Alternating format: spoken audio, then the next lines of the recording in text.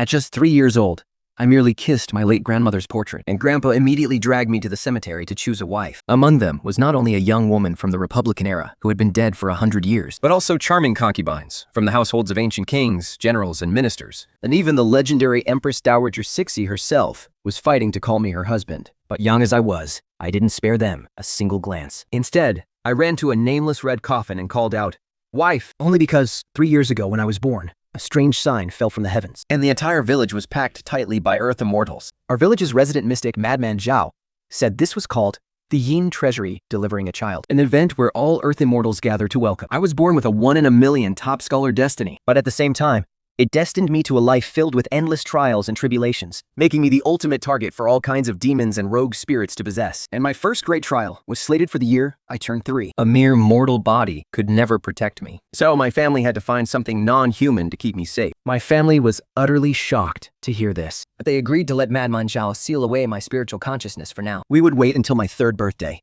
when he would personally lead me to the cemetery to propose marriage. And so, I lived like a simpleton for 3 whole years, until finally, the day of my 3rd birthday arrived. Madman Zhao came to our house early in the morning, took my hand, and led me toward the Qingku cemetery. Seeing this, my dad and grandpa quickly grabbed the betrothal gifts and followed close behind. The villagers used to whisper that those buried atop Qingku Hill were ancient, godlike entities, so no one dared to bury their own family members at the very top. Instead, they would choose a decent spot near the bottom, while the braver ones might venture halfway up the slope. Yet Madman Zhao led us straight toward the very top of the hill. My dad waved his hands in panic, stammering, "Uncle Zhao, you're not actually taking us to the peak, are you?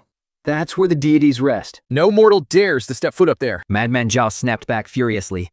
"We're here for a marriage proposal, not to cause trouble. What the hell are you afraid of?" Before long, our group reached the summit, only to find that it was completely different from the graves below. All around us were mounds of piled stones, without a single erected tombstone. Madman Zhao turned to my dad and grandpa. "Kneel and kowtow to every single mound, from left to right, top to bottom. Do not miss even one." My grandpa then walked up to one of the stone graves and set down the incense burner. He pulled out 3 more incense sticks and lit them. Meanwhile, my dad carried me over to one of the stone graves and kicked me hard, right in the back of my knees. I collapsed instantly, crashing onto my knees. The next second, those 3 incense sticks snapped right in half. When Madman Zhao saw this, he rushed over and quickly formed a hand seal, and he bowed deeply and muttered, "Forgive the intrusion, miss." As soon as the words left his mouth, he grabbed me and dragged me toward the second stone grave. My dad hurried after us, carrying the offerings. "Uncle Zhao, what is going on here?" Madman Zhao set me down in front of the grave. "The girl in that last grave was the daughter of a general. She refused to let your boy marry in. Just keep bowing." My dad immediately kicked me in the knees again. With a loud thud, I fell to my knees once more. Then, everyone's eyes locked onto those 3 incense sticks, but the smoke rising from them began to twist and swirl in wild, erratic patterns. At that sight, Madman Zhao let out a sigh. "Let's go." Next, the group arrived at the 3rd stone grave. It was the exact same routine, but the incense snapped once again. By the time the sky gradually turned dark, I had kneeled in front of every single stone grave here. My dad, rubbing his aching arms, walked up to Madman Zhao. "Uncle Jep, all these girls reject my boy because he's a fool.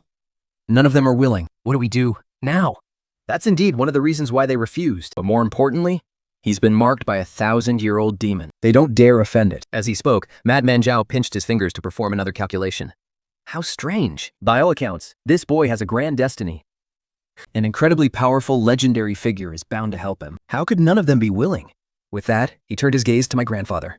"Old Han, bring your grandson over here. Let me read his fortune one more time." As soon as the words left his mouth, the 3 of them turned to look at the stone graves behind them, only to find that I was already gone. My grandfather slapped his thighs in absolute panic.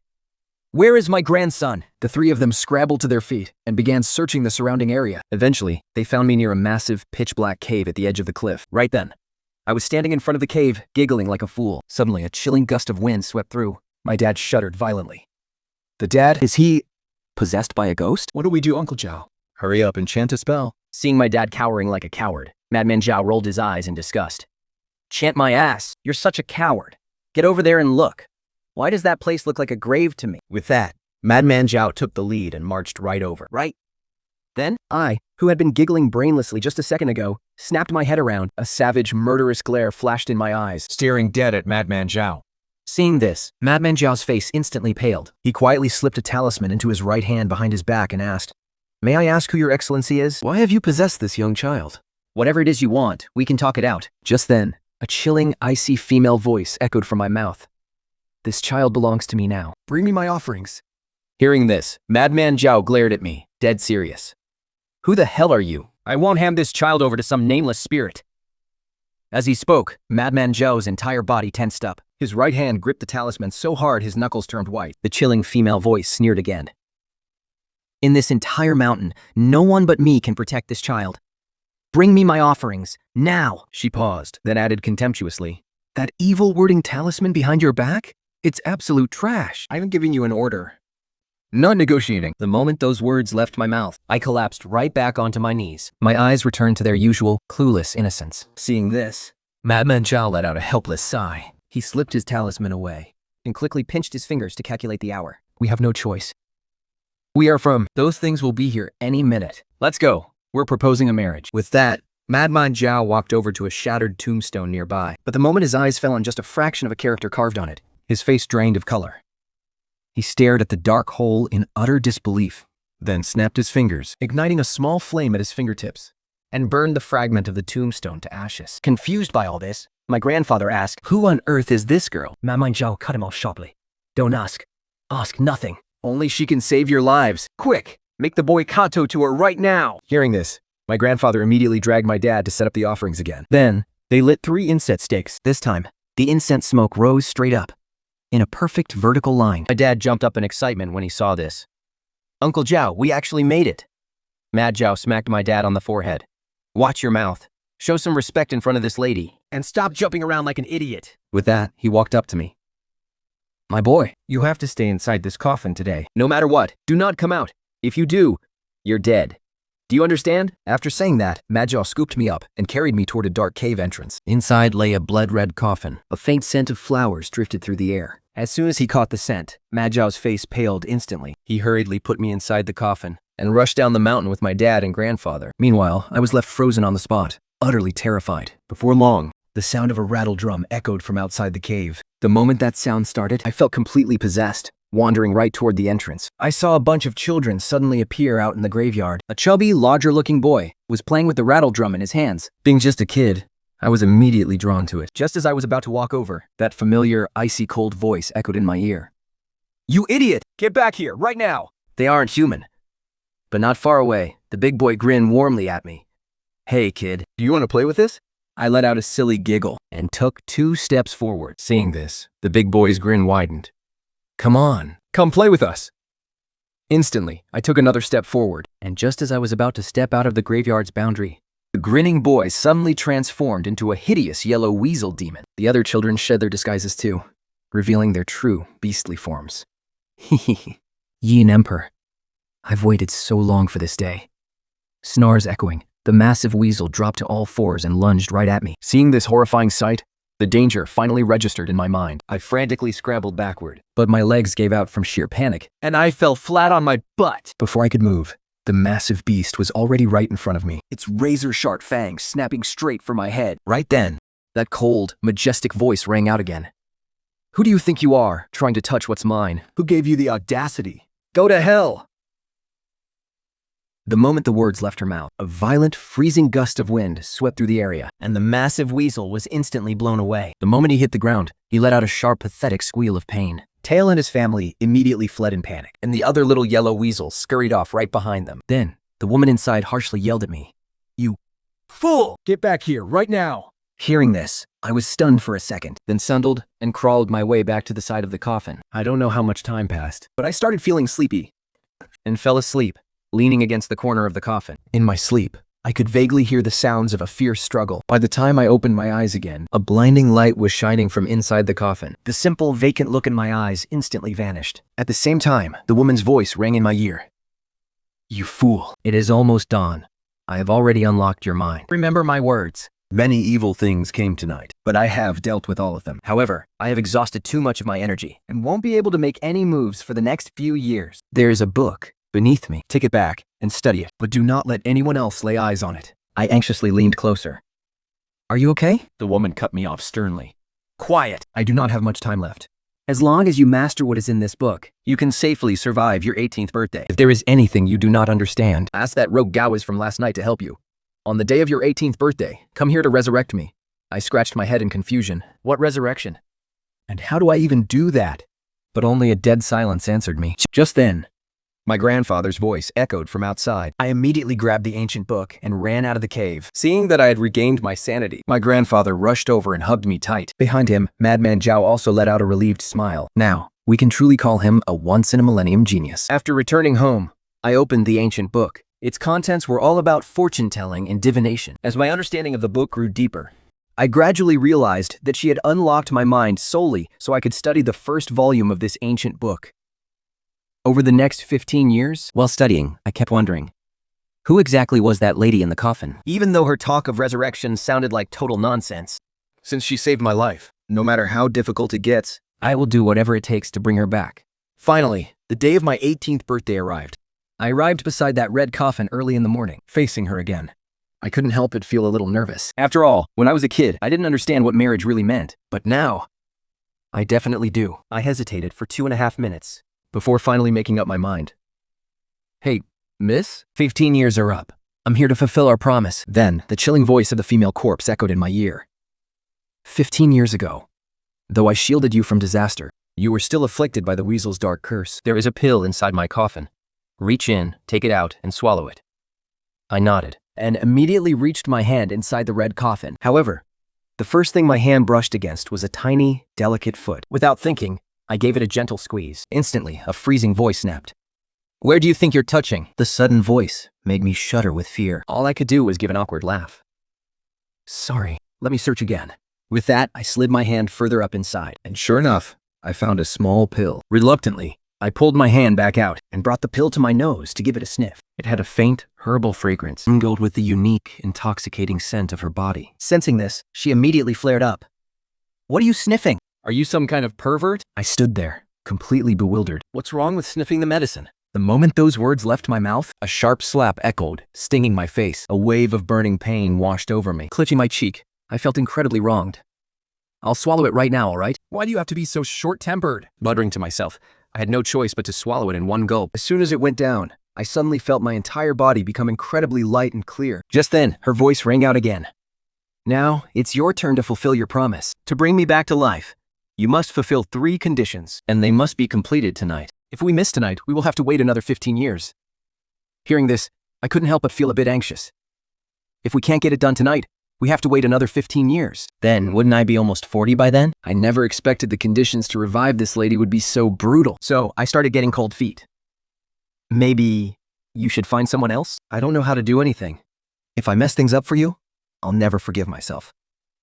Hearing my words, the lady replied in a cold, detached voice. I've waited for you for an entire reincarnation cycle. Another 15 years won't hurt. Just do your best. Even though her voice was calm, I could still catch a hint of deep sorrow. Suddenly, a specific phrase caught my attention. I asked her, what do you mean, you've waited for me for an entire reincarnation cycle? She didn't answer. Instead, she straight up told me her first condition. I need the coffin fungus. There was chew the coffin fungus and feed it to me. Once you've done that, I will tell you the next step. Hearing that I needed to get coffin fungus, my mind went completely blank. That stuff only grows on the corpses of wealthy people from ancient times. Besides, it's a creature of absolute cold, and it cannot be exposed to direct sunlight. To move it, you literally have to keep it in your mouth. Obviously, there was no way I could pull this off on my own. Looks like I need to head down the mountain. With that in mind, I rushed back to the village without wasting a single second to find my best buddy, Fatty. The moment I stepped into the village, I knew something was dead wrong. The entire place was eerily quiet. Even the usual sound of kids playing had completely vanished. My heart sank. I rushed home to see what was going on, but there was no sign of my grandpa or my dad. I called out into the house several times, but only silence answered me. With evening fast approaching, I decided to go check if Fatty was still at his place. Just as I reached Fatty's front door, I heard his bizarre shouting from inside. What kind of demon dares to cross me? The third prince of the Dragon King? Right after that came Fatty's terrified scream. Oh my God! Why are you biting me? Help!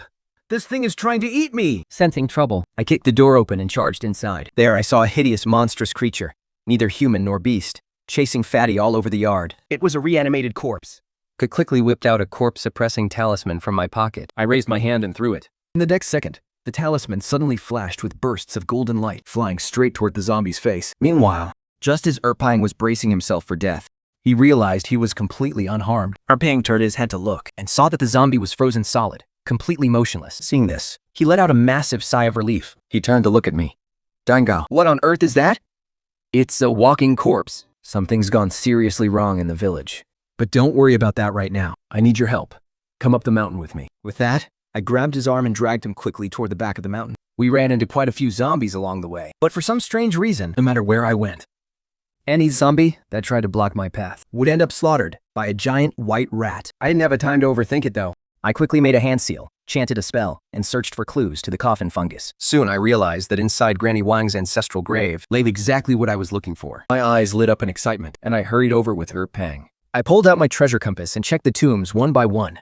Finally, it reacted right in front of the grave of Granny Wang's 7th great uncle. First, I lit candles all around the ancestral grave. Then, I handed a shovel to Pang. We'll take turns. One digs, and the other keeps watch. If anything feels off, yell immediately. Got it? Hearing this, Pang stared at me in absolute disbelief. What did you say? Didn't have a grave. Tangao, are you out of your mind? I couldn't tell him the truth, so I had to make up an excuse to brush it off. With a smirk, I said, So what? Don't tell me you're scared? That immediately set Pang off. What the hell is that supposed to mean? Tangao, you seriously think I'm a coward? I nodded mockingly. Well, aren't you? Fine, I'll show you what real guts look like. You keep watch. I'll dig first. With that, Pang gripped the shovel tightly and slammed it hard into the dirt. I patted him on the shoulder, walked over to the outer edge of the grave, gazed out at Mount Chinku as darkness slowly swallowed it whole. Suddenly, I felt like something was staring right at me. A cold dread shot straight through me. I quickly gripped the warding talisman in my hand, squeezing it tight. Just then, Pang behind me gasped out, "Holy crap! What on earth is this?" I whipped my head around, but there was absolutely nothing there except for Pang. I let out a breath and slipped the warding talisman back into my pocket. Are you out of your mind? Scared me so bad, I almost wasted my talisman on you. I only have one of these, you know. Pang completely ignored me. Instead, he crouched down and picked something up. Kainjai, look, is this thing gold? My curiosity was piqued instantly. I walked over to his side and saw that he was holding a heavy golden chain. Appa looked up at me, his eyes wild with excitement. Tingjar, we're rich. Who would have thought there'd be gold in this grave? There's definitely more down here. We'll split it later. I nodded and turned back to my previous spot. But out of the corner of my eye, I noticed the candle in the southeast corner suddenly flickering violently. Seeing this, I quickly yelled to him, Pang, stop digging for a second. Why is the candle flickering like that? But Pang didn't seem to hear me at all. He just kept mechanically digging, over and over. Suddenly, a freezing, eerie wind swept through the tomb. The dim yellow candlelight around us instantly turned into a sickening, eerie green. My blood ran cold at the sight. This is ghost fire. Pipon, stop. Stop digging right now. Something is seriously wrong here. There was still no response. My heart sank. I rushed over and grabbed him by the shoulder, yanking him back. In the next second, Pang snapped his head around to face me. Pang?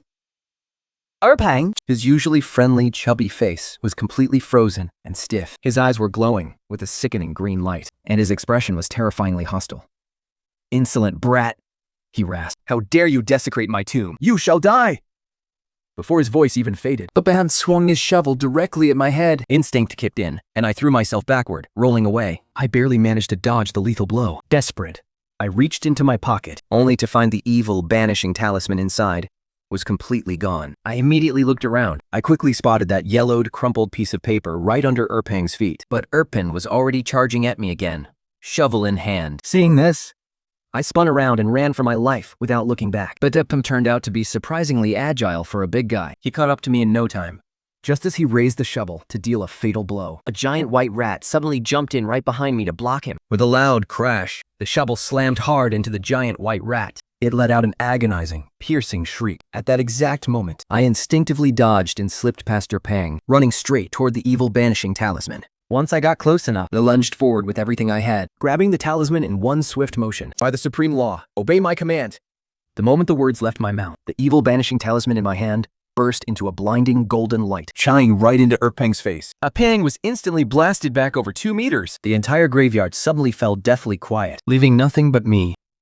Gasping heavily for air, I slowly walked over to Pang, pat his face a few times, and said, Pang, wake up, Pang! But he didn't respond at all. What's going on? Did I fail to drive the evil spirit away? Just then, a high-pitched, raspy male voice spoke up from behind me. His life force is severely depleted. If you wanted to wake up right away, You'll need this herb. The sudden voice sent a shiver straight down my spine. I whipped around and saw a white-haired old man standing right behind me, holding a strange plant in his hand. At first, I was completely stunned. Then, looking at him skeptically, I asked, "Wait, don't tell me you're that giant white rat." Hearing this, the old man burst into laughter.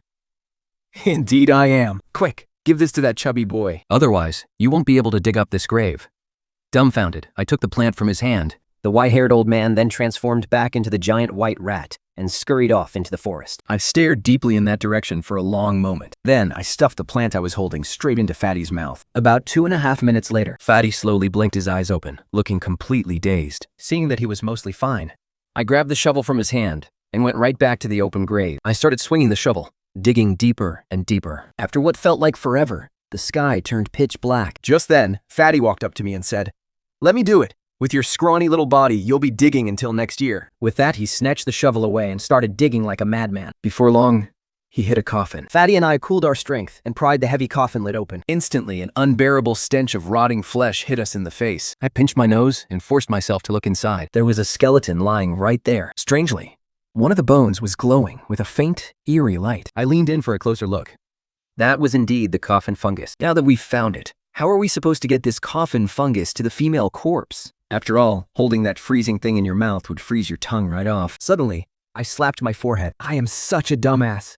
Why don't I just carry the female corpse down here on my back? With that thought, I quickly told Fatty, "Keep an eye on things here. Don't let anything get close to the coffin." Got it? Fatty snapped. "What the hell are you messing around with all night long? There isn't even any jewelry in that stupid coffin. Who on earth would want to get close to it?" As I walked away, I tried to reassure him. "If we pull this off, I'll buy you 3 meals of chicken legs. All you can eat." Hearing this, Fatty immediately grinned from ear to ear. "You promise, right?" Once Fatty was settled, I rushed to the top of the mountain as fast as my legs could carry me. But just as I arrived, I saw the white, bearded old man standing at the cave entrance. he seemed to be talking to the female corpse. The first thing I heard was the old man saying, "None of these 3 conditions is going to be easy." "Are you sure you want to leave this to a half-wit like him?" The female corpse replied. "I have my own plans. All you need to do is assist him from the shadows. And don't stick your nose where it doesn't belong. That kid should have retrieved the item by now. Stay hidden for now. Do not interfere unless it is absolutely necessary." The old man nodded in agreement, then transformed into a massive white rat and scurried into the bushes. As soon as he was gone, I slowly walked over to the coffin. I found the coffin fungus. but I couldn't get it out on its own, so I had to carry you over there myself. The female corpse, of course, had no objection. I used a shovel to pry the coffin open and hoisted the female corpse onto my back.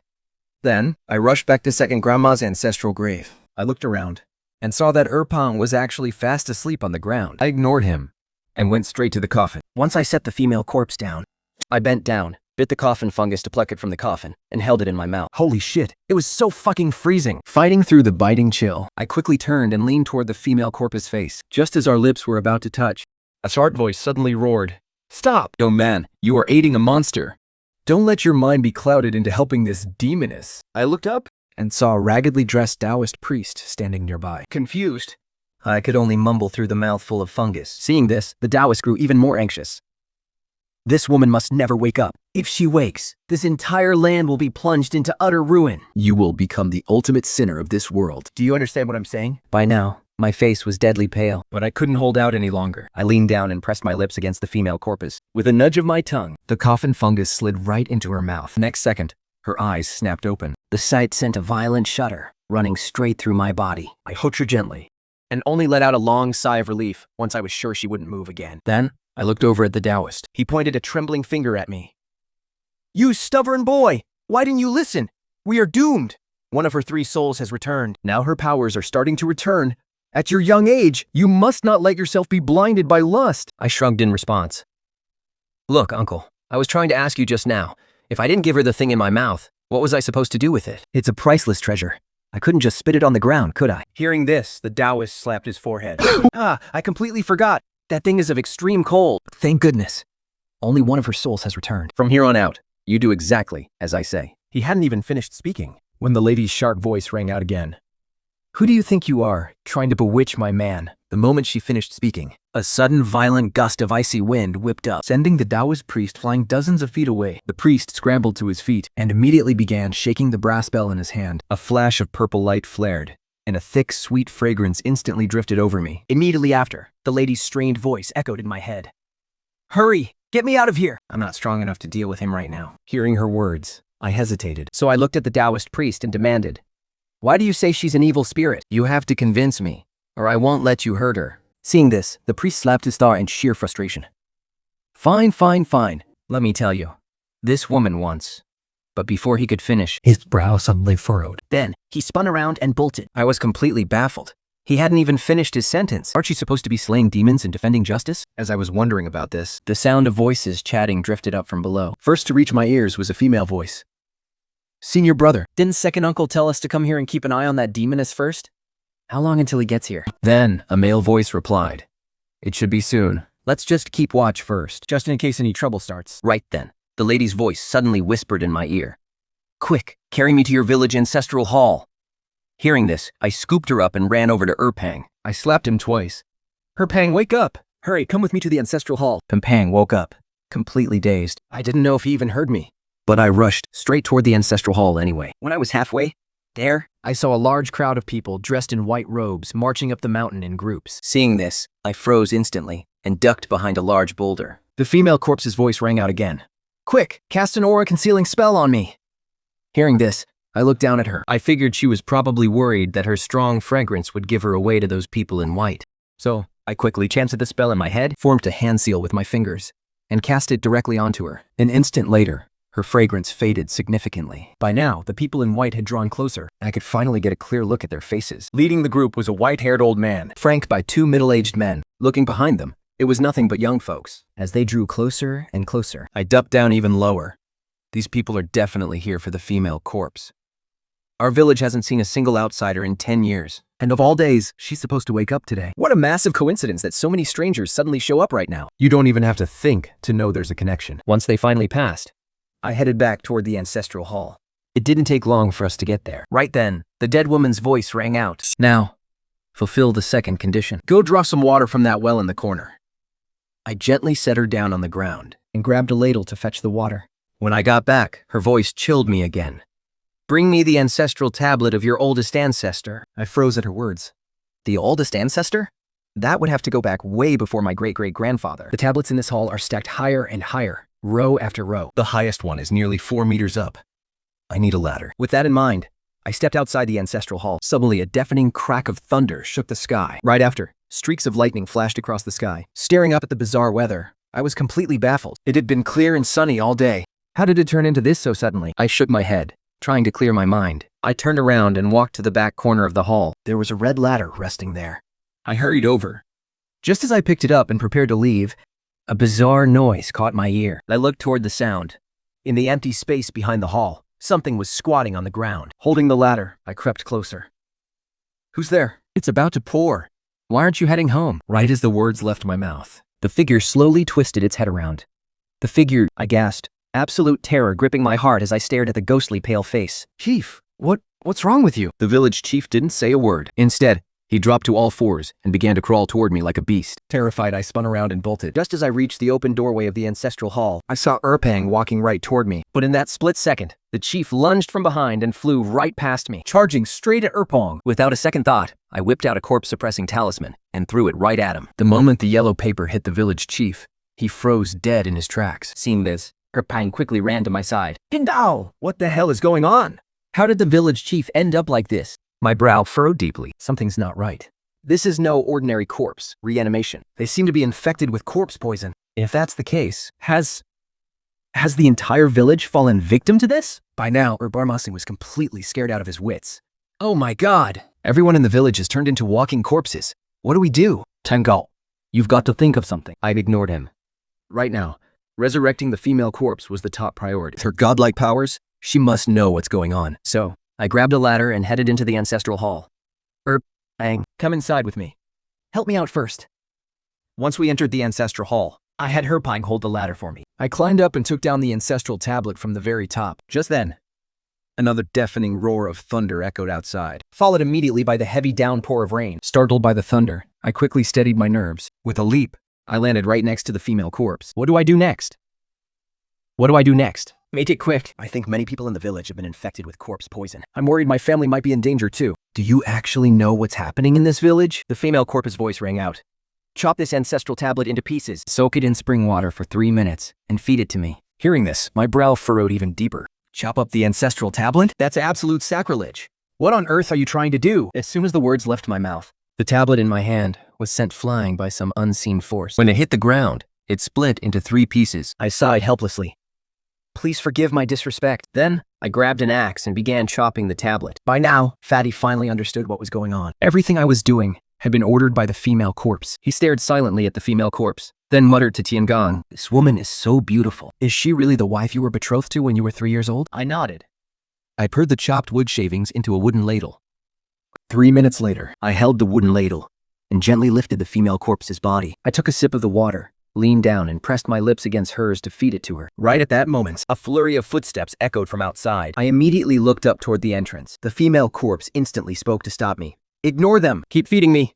So I leaned down and pressed my lips to hers again. After repeating this back and forth several times, A raspy old voice rang out from the doorway. "Missine, I know you are waiting here, but you must realize what you are doing completely defies the laws of heaven. Why don't we sit down and talk?" The voice sounded incredibly familiar. It seemed to belong to the old man in white I had met on my way down the mountain, but I didn't stop. I kept transferring the spring water into her mouth, seeing that we weren't responding. The door to the ancestral hall was kicked wide open. When the people outside saw what was happening inside, every single one of them knit their brows in anger. "Why are you still kissing her? Don't you realize you're aiding an evil monster? How could you kiss a corpse? This goes against all moral decency." One of them rushed forward to stop me, but Fatty kicked him right back, roaring, "What do you think you're doing?" "Are you trying to steal my brother's wife?" A middle-aged man standing outside stomped his feet in pure frustration. "You boys are out of your minds! Do you have any idea who she really is?" He quickly turned to the old man behind him. "Elder Chi." "What should we do?" Hearing this, Elder Chi stepped through the doorway and glared at me. Just as I suspected.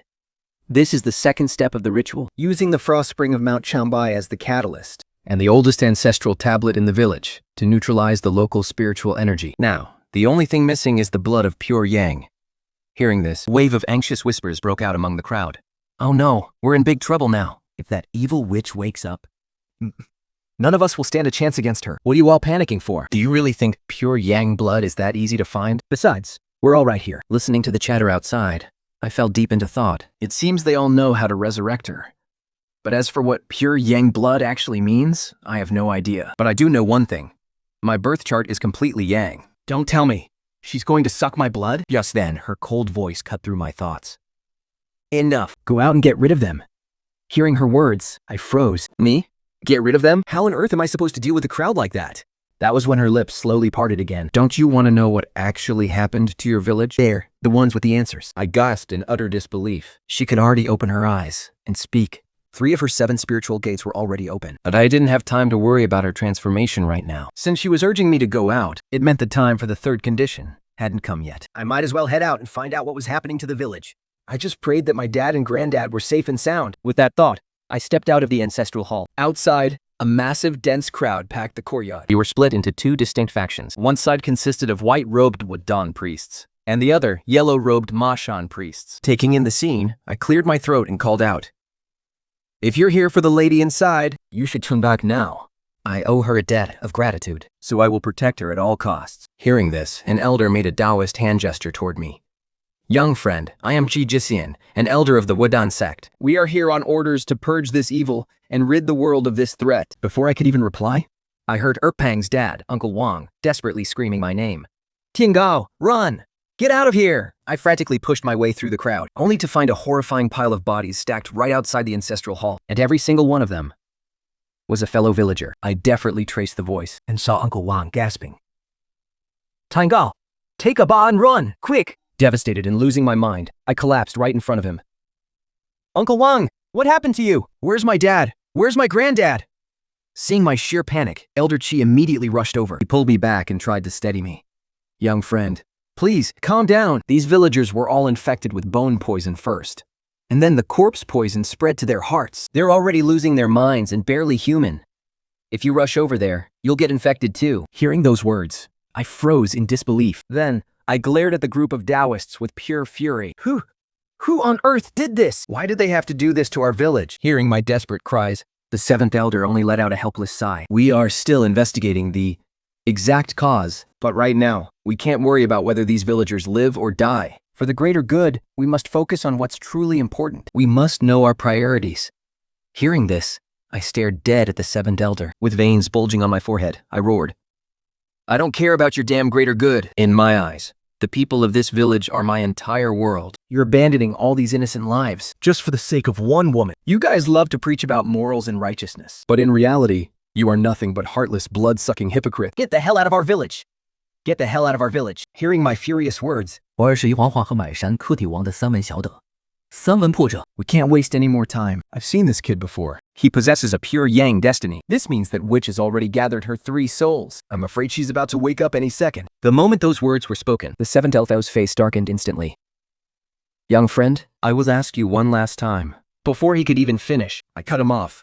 They are the only family I have left now. If you want to go in, you'll have to step over my dead body. The moment those words left my mouth, the thunder rumbled even louder in the sky, And the rain suddenly turned into a heavy downpour. in the eyes of the Taoists, my figure began to blur in the pouring rain. At that exact moment, the seventh elder's eyes grew cold.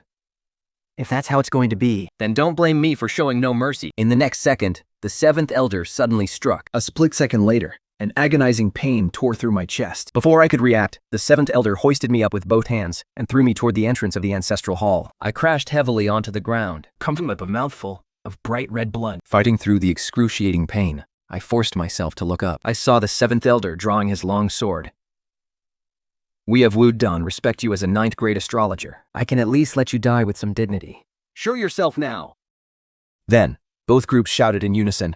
Slay the demon, bring peace. As their voices grew louder and louder, there was finally some movement inside. Pum slowly walked out, carrying the female corpse. He immediately noticed me lying on the ground, rushed to my side, gently set down the corpse and gasped, Tingo, why are you spitting blood? They do thief? Did they do thief? The pain was so excruciating, I couldn't even utter a word. Seeing me like this, Erpound's eyes instantly turned bloodshot.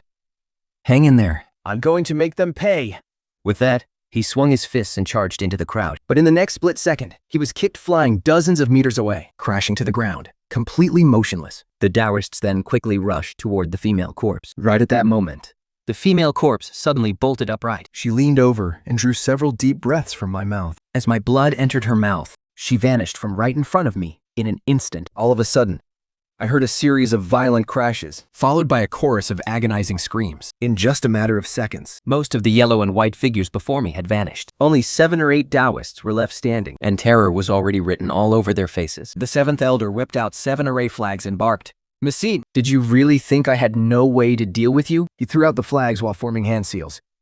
7 stars peak, shake the void. Form the seal to suppress the demon and secure the heavens and earth. The moment those words left his mouth, 7 stars began to twinkle through the dark clouds in the sky. forming the shape of a dipper.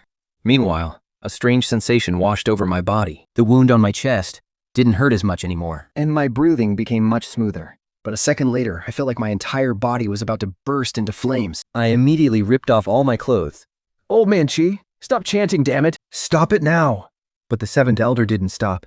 My boy, stop being so stubborn. If we hadn't set up the array before you arrived, You would have made a terrible, irreversible mistake today. Hearing this, I was utterly dumbfounded. Then aim it at her, you idiot. Why are you burning me? Why does it feel like I'm the one about to burst into flames? Before the words even left my mouth, 7-star array suddenly materialized beneath my feet. Then 7 beams of blinding light shot down from the heavens. on the other side, Elder Chi froze in sheer disbelief. How is this possible? How did the 7-star artifact enter that brat's body? He quickly began tracing his fingers to calculate his fate, and the look on his face instantly twisted into absolute horror. Holy crap!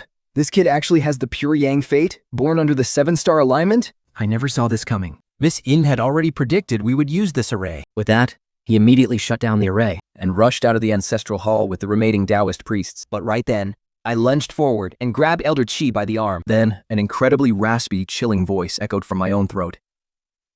Stop right there. Did I give you permission to leave? Before he could react, I hoisted Elder Chi up and slammed him violently onto the ground behind me. With a sickening crash, Elder Chi instantly coughed up a huge mouthful of blood. Miss Jin, are you absolutely sure you want to do this? This will offend 2 of the greatest sects at once. Wudun and Mashan. You'd better think this through. He fell silent for a brief moment. But in the end, she stepped in front of Elder Chi and said, let them go. The moment those words left her lips, my body went completely rigid, and I collapsed straight onto the floor. Losing all consciousness. In a hazy dream, I felt myself drifting in a vast sea of raging flames. And standing right across from me was a man who looked exactly like me. He just stood there, staring at me with a cold, sinister smile. I lost all track of time. It wasn't until Erpang's voice echoed in my head That I slowly began to open my eyes. Sister-in-law, Chamgao has been in a coma for 7 whole days now, and he's still not waking up. Should we take him to the hospital in the county seat? What if something terrible happens to him? But just as he said that, he noticed my eyes fluttering open. Tinggao, you're awake. Oh my god, you scared the absolute life out of me, he gasped, quickly helping me sit up. Opang, where's my grandfather? And where's my dad? Hearing my questions, Erpang's head slumped. After you passed out, sister-in-law never left your side. So I went out to find the other villagers. But everyone in the village is gone. As he spoke, tears began streaming down Erpang's face, splashing onto the edge of my bed. But don't lose hope just yet. My sister-in-law said that none of my family members were among the corpses she burned. They are just missing. But my dad, he is definitely gone. Hearing this, my mind was filled with doubt. What on earth is going on? Did my family know about this beforehand and run away without me? No way. That's impossible. I shook my head, trying desperately to calm myself down. Just then, a strange hopping sound came from outside. I looked at Erpang. What's going on? Is there a zombie hopping around the village? Pekam wiped his tears and helped me out of bed. That's just your sister-in-law moving around. But let's get one thing straight. Don't lose your mind when you see her. Hearing this, I was completely dumbfounded. Why would I lose my mind just watching her walk? Oh, filled with curiosity, I pushed open the bedroom door. The yard was still a complete chaotic mess, just like before. But the only difference was, a drop-dead, gorgeous, ice-cold beauty was currently hopping around the yard. The sight absolutely blew my mind. My smirk was harder to suppress than an AK's recoil. The lady seemed to notice my gaze, and she immediately turned to look at me. As our eyes met, I winked at her. Hey, beautiful. Where exactly did my family go? Those Taoists said you're a 9th grade fortune teller. You must be able to divine where they went, right? Aren't you a fortune teller yourself? She replied. Figure it out yourself. But how can I divine anything in my current state? As she spoke, she raised her stiff arms again. Seeing this, I finally couldn't hold it in anymore. Haha, Ari, I didn't mean to laugh. But what on earth is wrong with you? Why are you still like this after waking up? The moment those words left my mouth, I felt a sharp, shooting pain in my butt. Holy crap! A civilized person uses words, not fists. Twitching my backside, I scrambled into my grandfather's room and pulled out 3 copper coins and a bagua chart from under the bed. After placing them on the floor, I called Erpang over, tossed these coins 3 times, and then stand right where I am. Prakao was totally confused, but he obediently stood in my spot and started shaking the coins. As the sound of the copper coins hitting the floor echoed 3 times, I furrowed my brows deeply. 2 heads, 1 tail. A terrible omen. Roll again. Immediately, another crisp clinking sound rang out. Holy crap, it's an even worse omen. No way, I don't buy this. Roll again. Her bow nodded quickly and shook them once more. This time, it was different. 1 Chen, 2 Kun. Great fortune, yet all lead to the gate of death. This is a happy funeral. What does that mean? Don't tell me.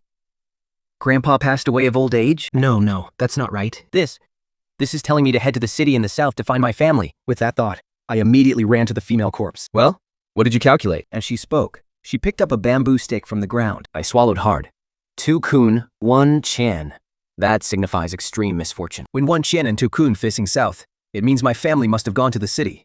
The hexagram shows that the south holds a turning point for us. As soon as I finished speaking, my heart began to pound with anxiety. After all, this was my first time casting a hexagram.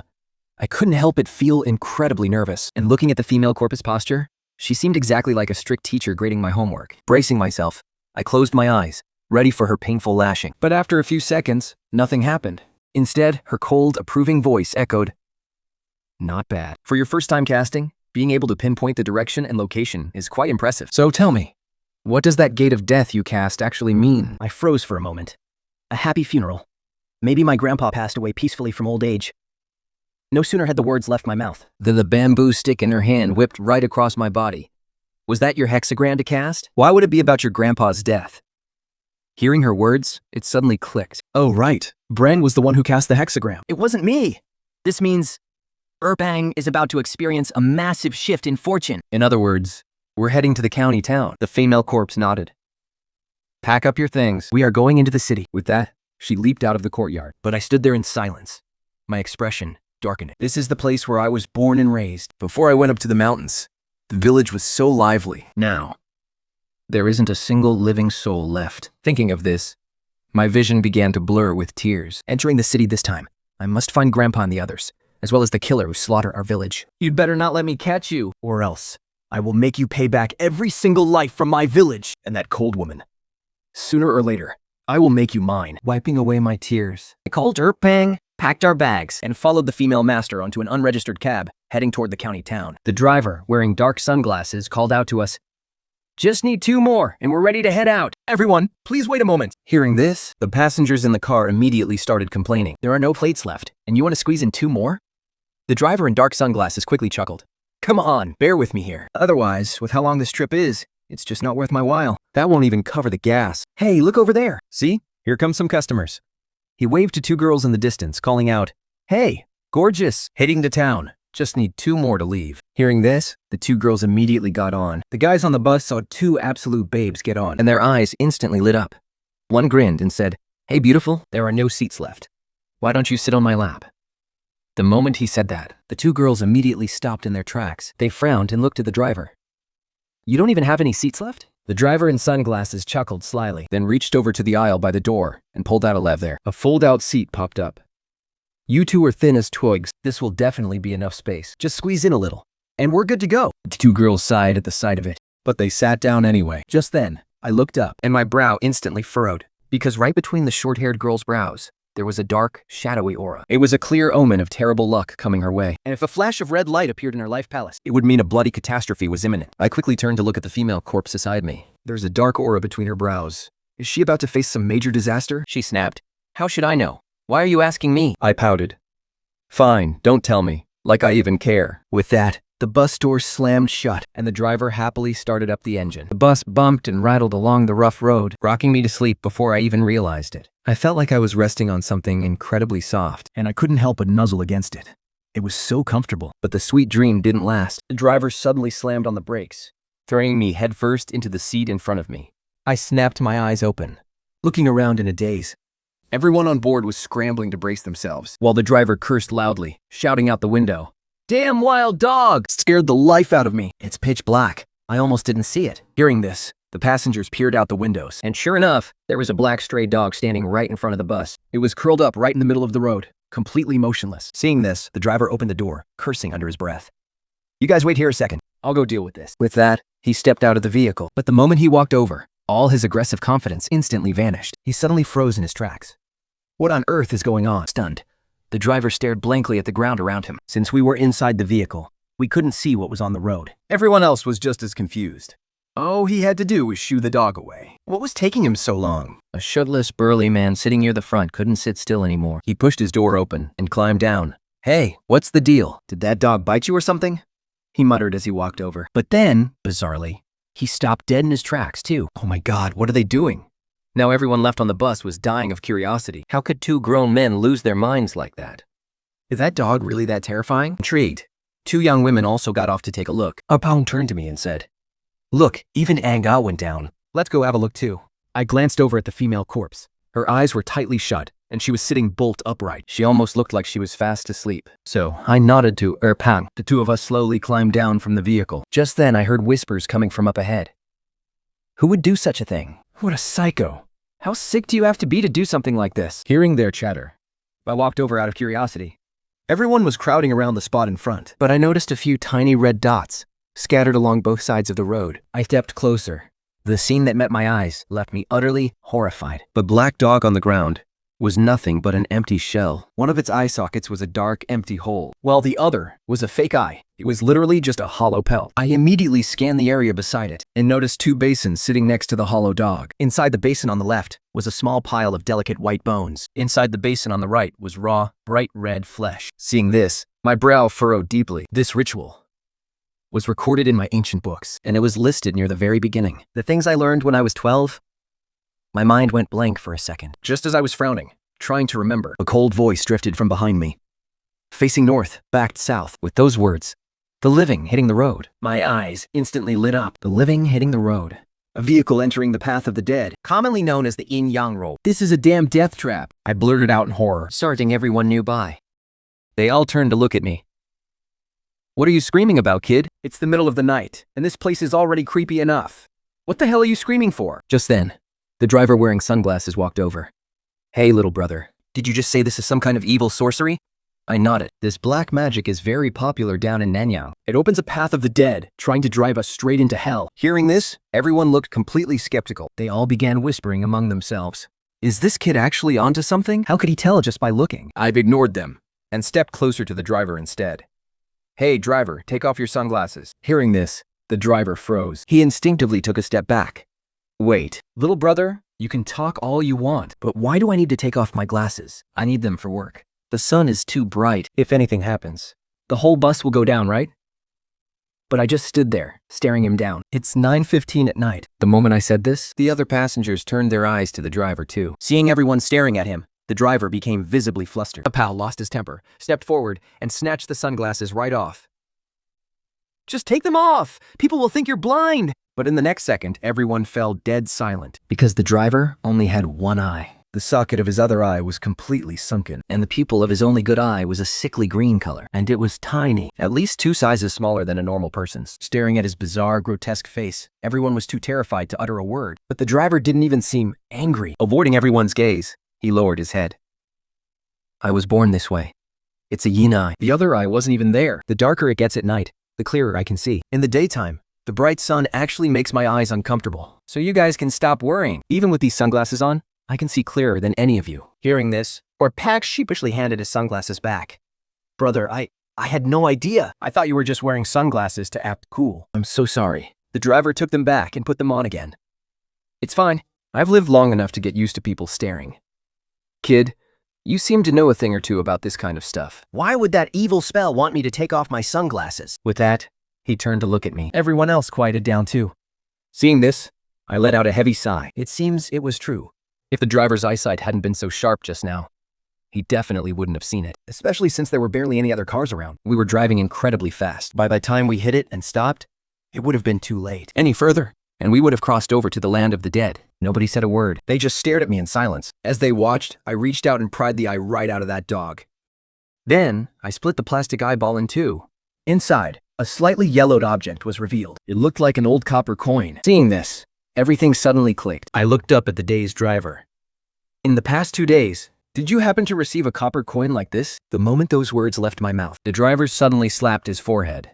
Kid, I know exactly what you're talking about. When I was having lunch today, a Taoist priest came and sat right across from me. He just kept staring at my eyes the whole time. It was hard to eat with them on, so I took my sunglasses off. After 3 or 4 minutes, the priest just stood up and walked away. He paused for a moment, but he left a copper coin on the table. It looked pretty valuable. Since there was no one around, I took it. As he spoke, the driver pulled a copper coin out of his jacket pocket. Everyone crowded around to look. The coin was completely identical to the one in my hand. I frowned as I studied the driver.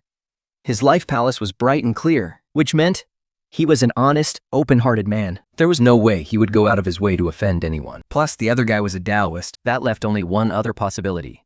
I turned my gaze back to the driver. What was this Taoist wearing? By now, the driver was completely convinced of my abilities. He answered instantly, holding nothing back. He was wearing a ragged, filthy Taoist robe. Looked to be about 40 or 50 years old. Hearing this, my head snapped up. Ragged and filthy. Now that was a major clue. I remembered the Taoist who had suddenly ambushed me when I was feeding the coffin fungus to the female corpse. He was wearing those exact same ragged clothes. It looks like he's coming for me and the female corpse. The others immediately began lecturing the driver. You took money that wasn't yours? Are you crazy? That's a Taoist priest you're dealing with. He could end your life, and you wouldn't even know how you died. By now, the driver was absolutely terrified. Forget it. I'm not driving this route anymore. Let's just go back. Right then, I cut in and silenced their panicked chatter. No need to panic. I know how to break this spell. Just do exactly as I say, and we'll be fine. Hearing my confident words, the crowd quieted it down. I walked over to where the black dog lay on the road ahead, crouching down beside it. I pinched a bit of dirt from the ground and brought it to my nose to sniff, just as I thought. Cinnabar. This guy's methods, they aren't orthodox Taoism at all. It's less of an evil spell, and more like sorcery. The kind highly popular in Maojang and Nanya. I hurried back to Fatty. Fatic, search both sides of the road. There must be 4 sticks of sandalwood incense planted on each side. Snap them right in half. But whatever you do not let them fall over. Hearing my command, Fatty immediately sprang into action. Meanwhile, I turned to the other men from the bus. Which of you smokes? The driver stepped forward instantly. I have some cheap cigarettes. Will these do? They're just tubio and home. I shook my head. I don't smoke. But you need to start smoking right now. Smoke about 5 of them. Collect all the ashes in your palm and bring them to me. The driver had no idea what I was up to, but he still pulled out a cigarette, crouched down to the side, and started smoking. As for me, I crumpled that hollowed-out dog skin into a tight ball, And then flicked my lighter to set it on fire. Instantly, a foul, burning stench filled the air. I quickly stepped away from the opening. Then I reached into the basin, grabbing the bones and raw flesh with my bare hands, Tossing them to both sides while chanting under my breath. Ashes to ashes, dust to dust. End the suffering of this life.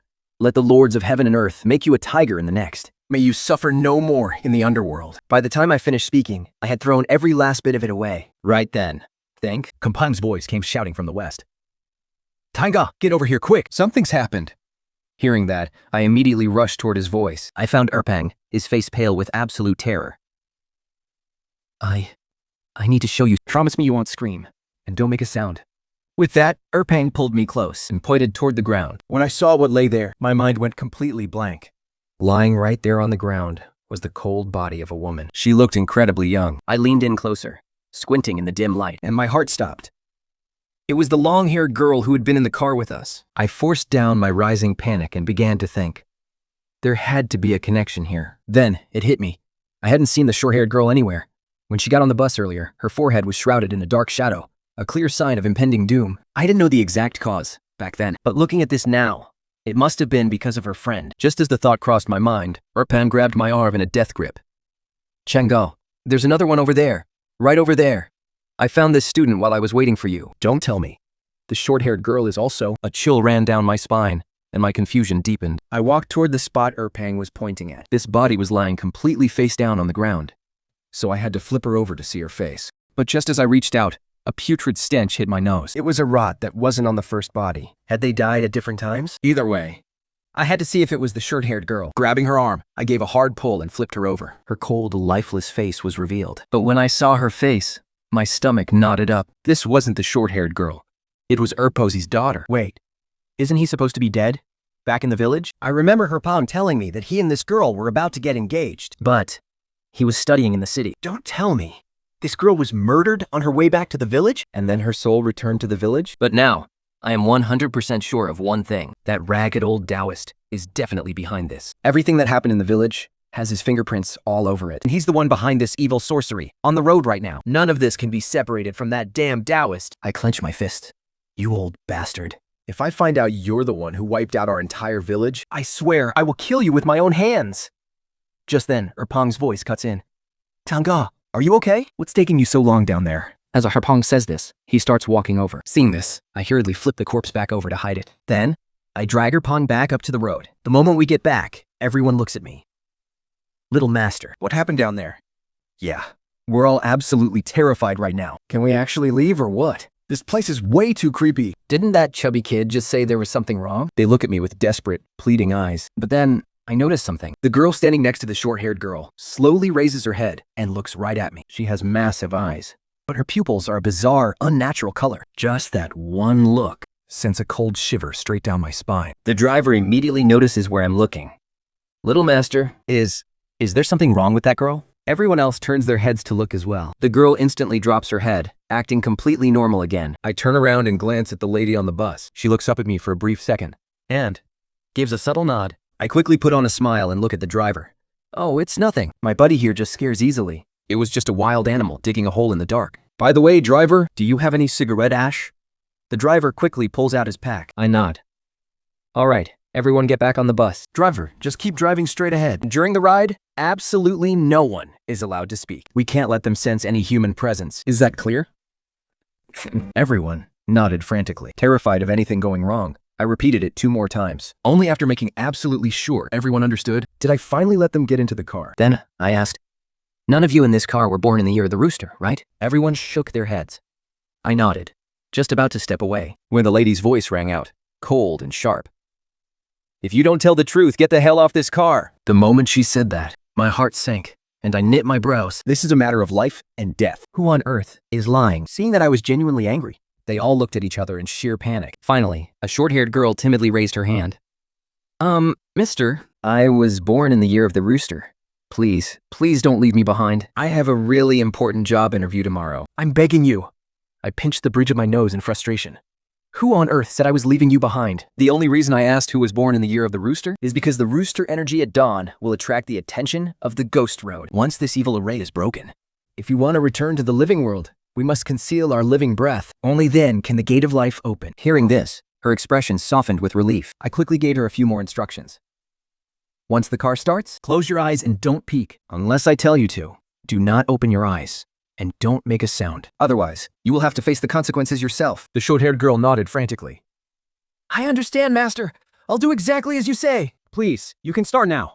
I then walked back to the roadside, Holding the cigarette box, and slowly spelled out the word, life, with ash onto the road that was covered in cinnabar. staring at the intersection ahead. I formed a hand seal. With a flash of white light, the word, life, made of ash, trembled slightly. It turned and walked back to the car. Everyone watched me, their eyes filled with anxiety. They didn't even dare to take a loud breath. Some even covering their own mouths. I shut the car door and didn't say a word. The driver started the engine right, on cue, as the car began to move. I didn't dare lower my guard either. I only hoped everyone on board would keep their promise and stay absolutely silent. Otherwise, the consequences would be unthinkable. We would end up right back on the road of the dead. And once you step onto that road, nothing you encounter along the way is human. Inside the car, it was dead silent. Finally, the car was just about to cross the rope ahead. But suddenly, a human head slowly slid down from the roof right outside the window. And that window was right next to the short-haired girl. Even my heart nearly jumped out of my chest. Looking closer, that head belonged to the long-haired girl. To force a scream out of us, something was bound to play dirty tricks. The reason it took the form of the long-haired girl was because it would terrify the short-haired girl the most.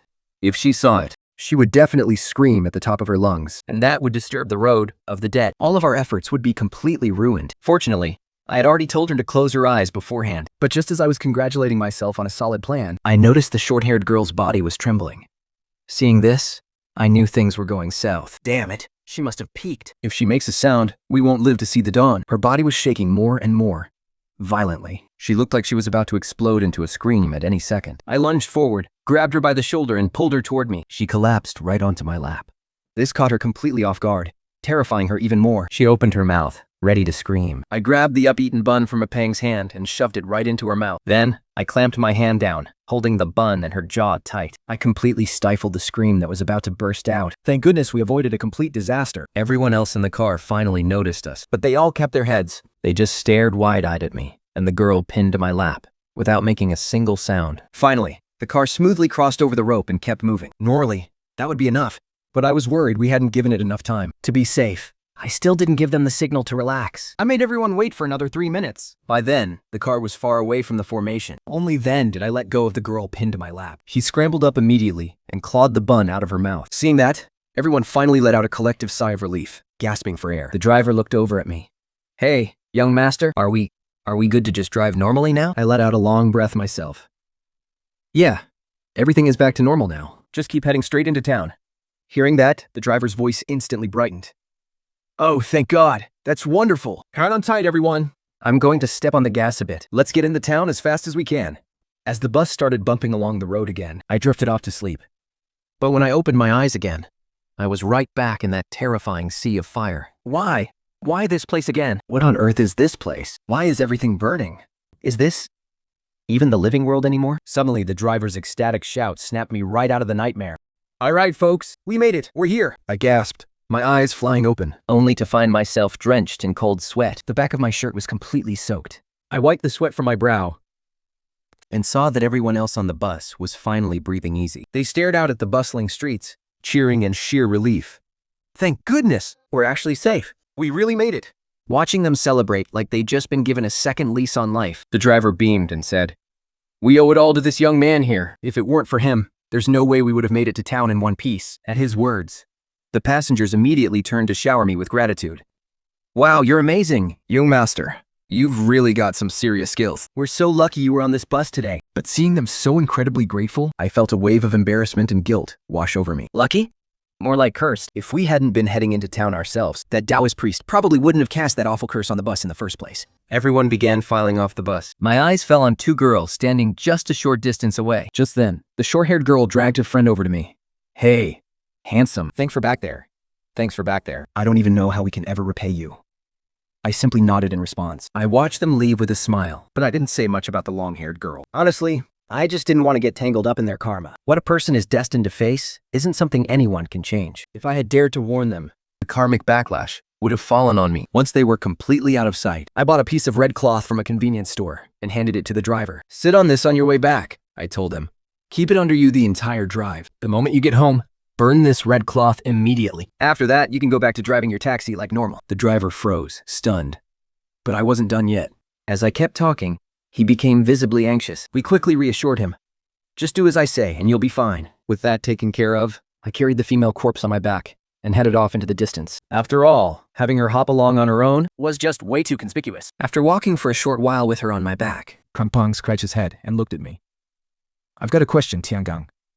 My dad and I have been to the city before. if we're going to stay at a hotel right now, do we even have IDs to check in? Before I could answer, the female corpse shook her head.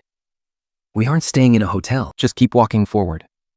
I was a bit confused, but I had no choice but to carry her on my back and keep moving. Finally, after walking for 1 hour, we stood at the entrance of an alley. The female corpse asked to be led down. This street was completely different from the main roads. It was very narrow, and there was barely anyone around. The ground was paved with uneven, rustic stone bricks. Looking down the street, a sudden chill ran down my spine. Why does this place look so incredibly creepy? I didn't know any better. I think it was a street for the dead. But it was Pang who answered me. Because this is Baishi Street. Hearing that, I turned to look and saw a long strip of white cloth hanging next to Pang. On it, a few words were written in wild, messy calligraphy. Longchong Baishi Street. Seeing this, I felt a wave of awkwardness. Just then, the female corpse hopped into the gloomy street. Pang chuckled. "Changgang, seriously, hopping around like this on Baishi Street? She's going to scare someone to death." Ignoring him, I followed her onto the street. As we walked, she raised a stiff arm and pointed at a nearby building. "We're staying here." I looked in the direction she was pointing and saw what appeared to be a storefront. The storefront looked just as antique as the other shops. Frowning slightly, I peered inside. Inside, there seemed to be a few glowing machines. They were boxy and stood about as tall as an average person. They were so flashy and colorful inside. What kind of high-tech stuff is this? Filled with curiosity, I muttered to myself and stepped inside. The moment I crossed the threshold, a damp, musty smell hit me. It was obvious nobody had lived here for a long time. Machines lined both sides of the room, and right next to them was a neon sign that read, 24-hour self-service. I immediately blurted out a swear word and rushed back out, my face burning with embarrassment. Seeing me doze out like that, Pang looked at me with pure curiosity. "Brother Chun, what's going on in there? Why is your face as red as a monkey's butt after just one step inside?" He was about to walk in and check it out. I grabbed Pang immediately. "The stuff inside isn't suitable for a minor like you." Pang snapped back at once, clearly annoyed. "What are you talking about? You're my younger brother and even you're an adult. I'm 3 years older than you." Refusing to believe me, he pushed past and walked right in. I had no choice but to awkwardly steal a glance at her. I noticed her lips twitching slightly, as if she were holding back a smirk, but she was trying desperately to keep a straight face. I was a bit flustered. "No, wait, there's no bed in there. Just those adult toys. How are we supposed to sleep?" Hearing my question, smirk on the female corpse's face vanished instantly. "We'll just make do for tonight. Tomorrow I'll call the owner of this shop and buy the whole place." I felt a bit hesitant, but I was a man, after all. Being too shy in front of a lady would be totally embarrassing. So, I made up an excuse. "Well, making do is one thing. I don't really mind. But you're a woman, so it's not really appropriate, is it?" But she looked completely unfazed. "I don't mind." Hearing this, I was left completely speechless. But even if you don't mind, we don't have the money to buy this shop. The place is huge, and there seems to be a backyard too. "That's not for you to worry about," she replied coldly. Just as she finished speaking, Pam walked out, his face and neck completely flushed red. Man, city people have no shame. How can they just put those kinds of things out in the open like that? But she didn't seem to care at all. With a light leap, she jumped straight into the shop. I quickly gave myself a mental pep talk and tried my best to walk back inside looking natural. Once inside, I forced myself to look away from those machines, just staring straight at the dead woman's body. By then, she was already sitting against the wall, with her eyes tightly shut. Seeing how relaxed she was, even as a woman, I didn't feel so uncomfortable anymore. So I found a spot and sat down too. I actually wanted to ask her if she had a plan. To find my family, and what we should do next. What's the point of setting up a mat? But she had absolutely no intention of talking to me. Just like that, we simply found something to use as a mat, and fell fast asleep. In the middle of the night, I seemed to hear the constant squeaking of mice. But every time I opened my eyes, the sound vanished, and her spot was completely empty. Just as I was about to go out and look for her, she came back. She came back. Only, her lips looked incredibly red. She gave me a cold look, then sat back down without saying another word. I had no choice but to go back to sleep. When the next day came, I was woken up by a burly man who was scanning a machine with his phone to get a box. He glared at me as he walked out with the box. "Self-service shops and banks are just cheap havens for you damn beggars," he muttered as he strode outside. But as he was walking normally, he suddenly tripped out of nowhere and slammed onto the ground. The man let out a painful howl. He cursed again. "Damn it! Just seeing a beggar brings bad luck all day." Hearing him still cursing, the lady suddenly snapped her eyes open. Seeing this, I quickly patted her back. "That's enough. He's not worth arguing with. He'll get what's coming to him." She nodded and looked at me. "Call the owner of this place. We're taking over this shop today. We still have a lot of things to handle. If you want to find your family, you'd better move fast." Seeing her acting all fierce again, I shook my head helplessly and walked out of the shop. The street outside was bustling with noise. After taking a quick look around, I spotted a supermarket not far away. There was an old-fashioned landline phone inside. I walked straight toward it. Maybe because I didn't sleep well, or something, but after a few steps, I collided head-on with a woman. Immediately, a sharp cry rang out. "Ouch! Are you even looking where you're walking?" I looked up and saw a woman in her 30s, her face twisted in annoyance. But I was completely frozen. That black mist. Again? I just got to the city, and that's twice already. Seeing me staring blankly at her face, she immediately shoved me. "What the hell are you looking at?" With that, she turned on her heel and scurried off. I didn't let it bother me too much, so I quickly headed into a small convenience store and picked up the public phone. An old man was sitting inside, probably in his 60s or 70s, wearing reading glasses. He glanced up at me, then went right back to reading his newspaper. A local landline call, huh? I nodded and dialed the numbers. It was the contact number left on that vending machine. Beep. Beep. The line rang after what felt like forever. Just as I was about to hang up, thinking no one would answer, a man's irritated voice barked from the other end.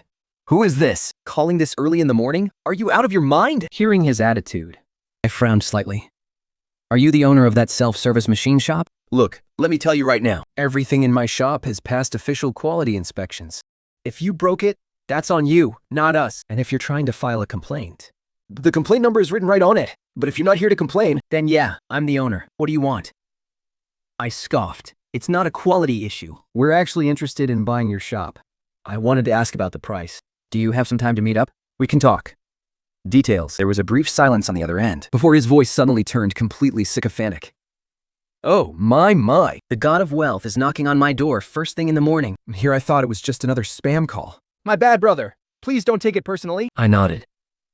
"Are you free right now? We're in a bit of a rush." The man immediately replied with a chuckle. "Free? Of course I am. Just wait right there, brother. I'm getting in my car and heading over right now. My place isn't far from this shop. Wait for me for 10 minutes. See you there." I hung up the phone and was just about to leave when the old man suddenly put down his newspaper, looked at me, and said, "That shop is cursed. Everyone on this street knows it. Anyone who buys it regrets it." Hearing the old man's words, the foot I had just stepped forward with froze right in his tracks. The old man folded his newspaper. "Originally, that shop was a spiritual parlor for reading yin and yang. This area is pretty well developed, so everyone was fighting over these storefronts. But that shop, it changes owners every few days, all because it has unclean things." Hearing this, it all clicked. So that was why. The unclean things the old man mentioned were clearly related to the paranormal. I had actually found it a bit strange before. Why on earth would anyone open an adult novelty shop on Baishi Street? With that in mind, I nodded to the old man. "Thanks for the heads up, uncle." With that, I turned and left. By the time I got back to the shop, the female corpse was staring intently at a compass. A was still fast asleep. I walked over to her side and glanced at the compass. "What are you looking at?" She ignored my question, keeping her eyes glued to the compass. "Is it set?" "Yeah, it's set. He'll be here in about 10 minutes. "But," she frowned slightly. "But what?" I then passed along what the old man had told me. I thought she might change her mind, but she just nodded indifferently. Then, she went back to studying the compass intently. Seeing her like this, I could only sigh in resignation. Before long, a chubby man in a suit walked in from outside. He sized the three of us up, his gaze brimming with suspicion. "Are you folks the ones interested in my shop?" I stepped forward with a smile. "Hello, boss. Yes, we're the ones looking to buy this place." Seeing our filthy, disheveled state, the man instantly lost his patience. "Listen, kid, I've had a really busy day. A guy like me, who makes tens of thousands of dollars every minute, rushed all the way over here the moment I heard someone wanted to buy my shop. I literally didn't stop for a single second, so you keeping me waiting like this is just disrespectful. My schedule is extremely tight." "Wait, we're the ones who want to buy it." The man let out a cold sneer. "You? Can you even afford it? Let me tell you something, kid. This street is a prime location under special protection. Even taking over a public restroom around here would cost you this much. He gestured with his chubby hand. I froze. 500? In that split second, I remembered I only had about $500 left in my pocket. My face fell immediately. 500. Are you kidding me? He snapped, turning on his heel to leave. He looked like he didn't want to waste another single breath on me. I quickly grabbed him. Wait, boss. What's the rush? Tell us the price first. We can try to scrape the money together. He immediately slapped my hand away. Listen, kid, even a restroom here starts at $50,000. For a shop this big, it's $188,000. Not a single penny less, got it? Hearing this, I was completely dumbfounded, seeing my shocked expression. The man snorted coldly. He turned around, about to walk away. But just as he took his first step out, the woman's ice-cold voice cut through the air. I'll give you 200,000. Now, apologize to him. The moment those words left her mouth, the man instantly pulled his foot back. He turned his head and stared blankly at the dead woman. He stood frozen, staring at her for a long time. Seeing this, I quickly stepped in front of her to block his view. Hey, just talk. Why are you staring at her like that? the man finally snapped out of it. Brother, if you can actually pull out 200,000, forget about an apology. Not only will I sell the shop to you, I'll even throw in a set of mahogany furniture. worth 30,000. Hearing this, I felt incredibly awkward. 200,000? I didn't even have 2,000. Why was she talking so big? She's a corpse who literally sleeps in a coffin all year round. Where on earth would she get that kind of cash? But she just nodded. I don't care about your freebies. Just put us in touch with a renovation company. With that, she gently pushed me out of her way. Then, she slipped a deep green ring off her finger. It looked incredibly valuable. The man froze. Then he reached out and took it. He glanced at it, a frown creasing his forehead. Tucking his leather bag under his arm, he began turning the ring over in both hands. First, he held it up to the sunlight. Then he peered closely at the emerald. He even breathed on it to fog it up. And the more he inspected it, the more excited he got. Finally, his face lit up with a massive grin. Standing beside them, I was completely baffled. Did she cast some kind of spell on him? A second later, the man snapped his head up. Grinning from ear to ear, he blurted out, "Miss, are you sure you want to use this ring to buy out my shop?" Seeing his greedy, money-hungry face, I immediately understood. This ring had to be worth a fortune. I just had no idea how she ended up with something so incredibly valuable. Just one ring was worth 200,000? Right then, she glared coldly at the man.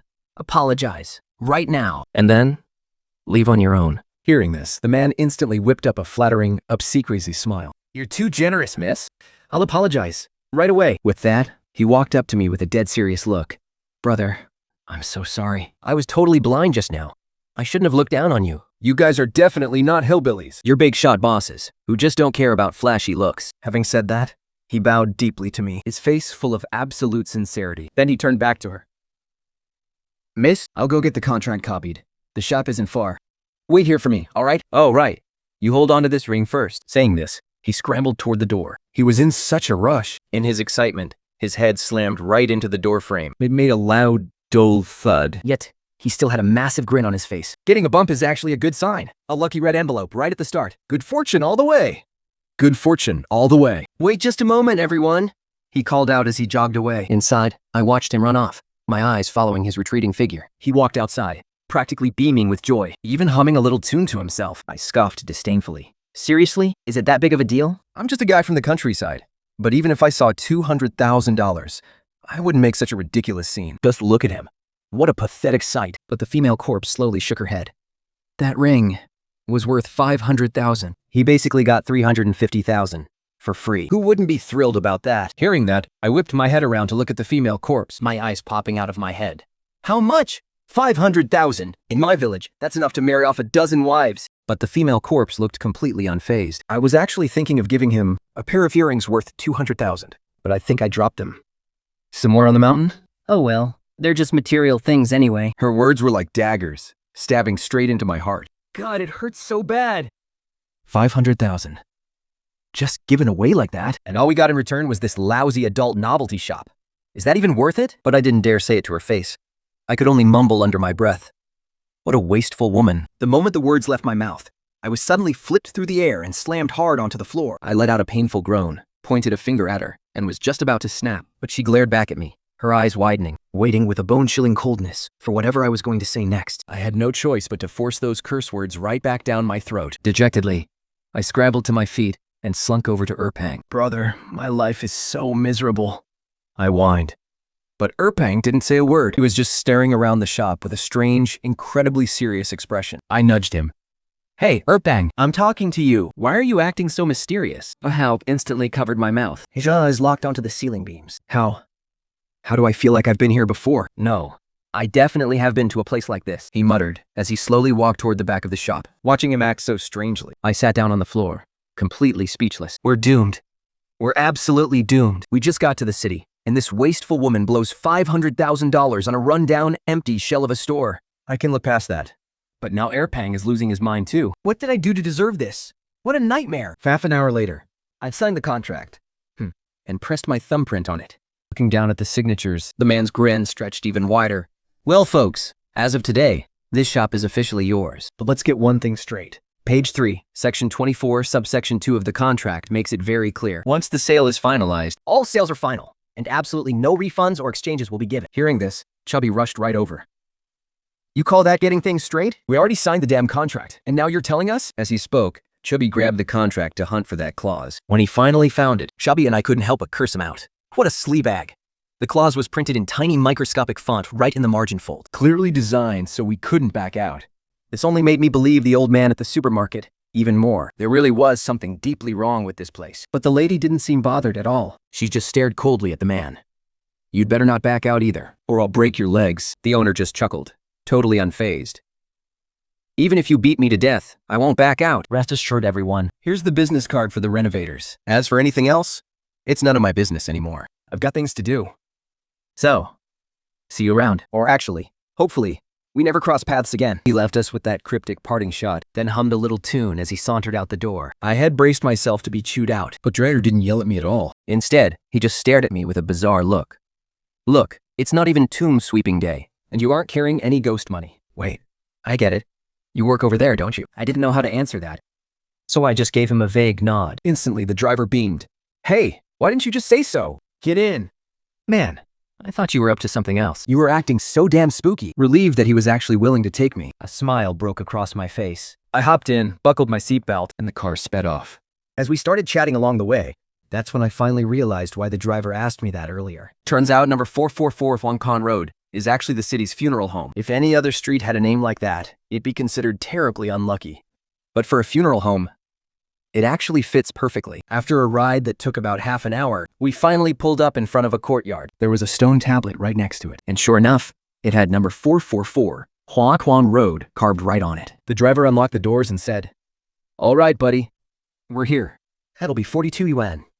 Mobi scan or cash? As he spoke, he pulled out a green QR code. I didn't even have a phone, let alone know how to scan a code. So I pulled some cash out of my pocket and reluctantly handed it over, feeling the pinch. The moment I stepped out of the car, the driver sped off, leaving me in the dust. A huge cloud of dust kicked up in his wake. I waved my hand to clear the air, and noticed there wasn't even a guard at the courtyard entrance. It was just a round archway. I took a quick look around and walked right in. The walls inside looked pretty old, and they were covered in deep cracks. Up ahead, there was a signpost pointing toward the claims office in the registry. But still, there wasn't a single soul in sight. I followed the signs and checked a few rooms, but they were all completely empty. Left with no choice, I called out, "Hello, is anyone here?" The vast space around me was dead silent. Just as the words left my mouth, a bizarre sound echoed from the distance. I froze instantly, straining my ears to listen. Slowly, I began to creep toward the source of the noise. But whatever was making that sound seemed to sense my presence. Because it suddenly slowed down, I slipped through the corridor of the front courtyard and kept heading deeper inside.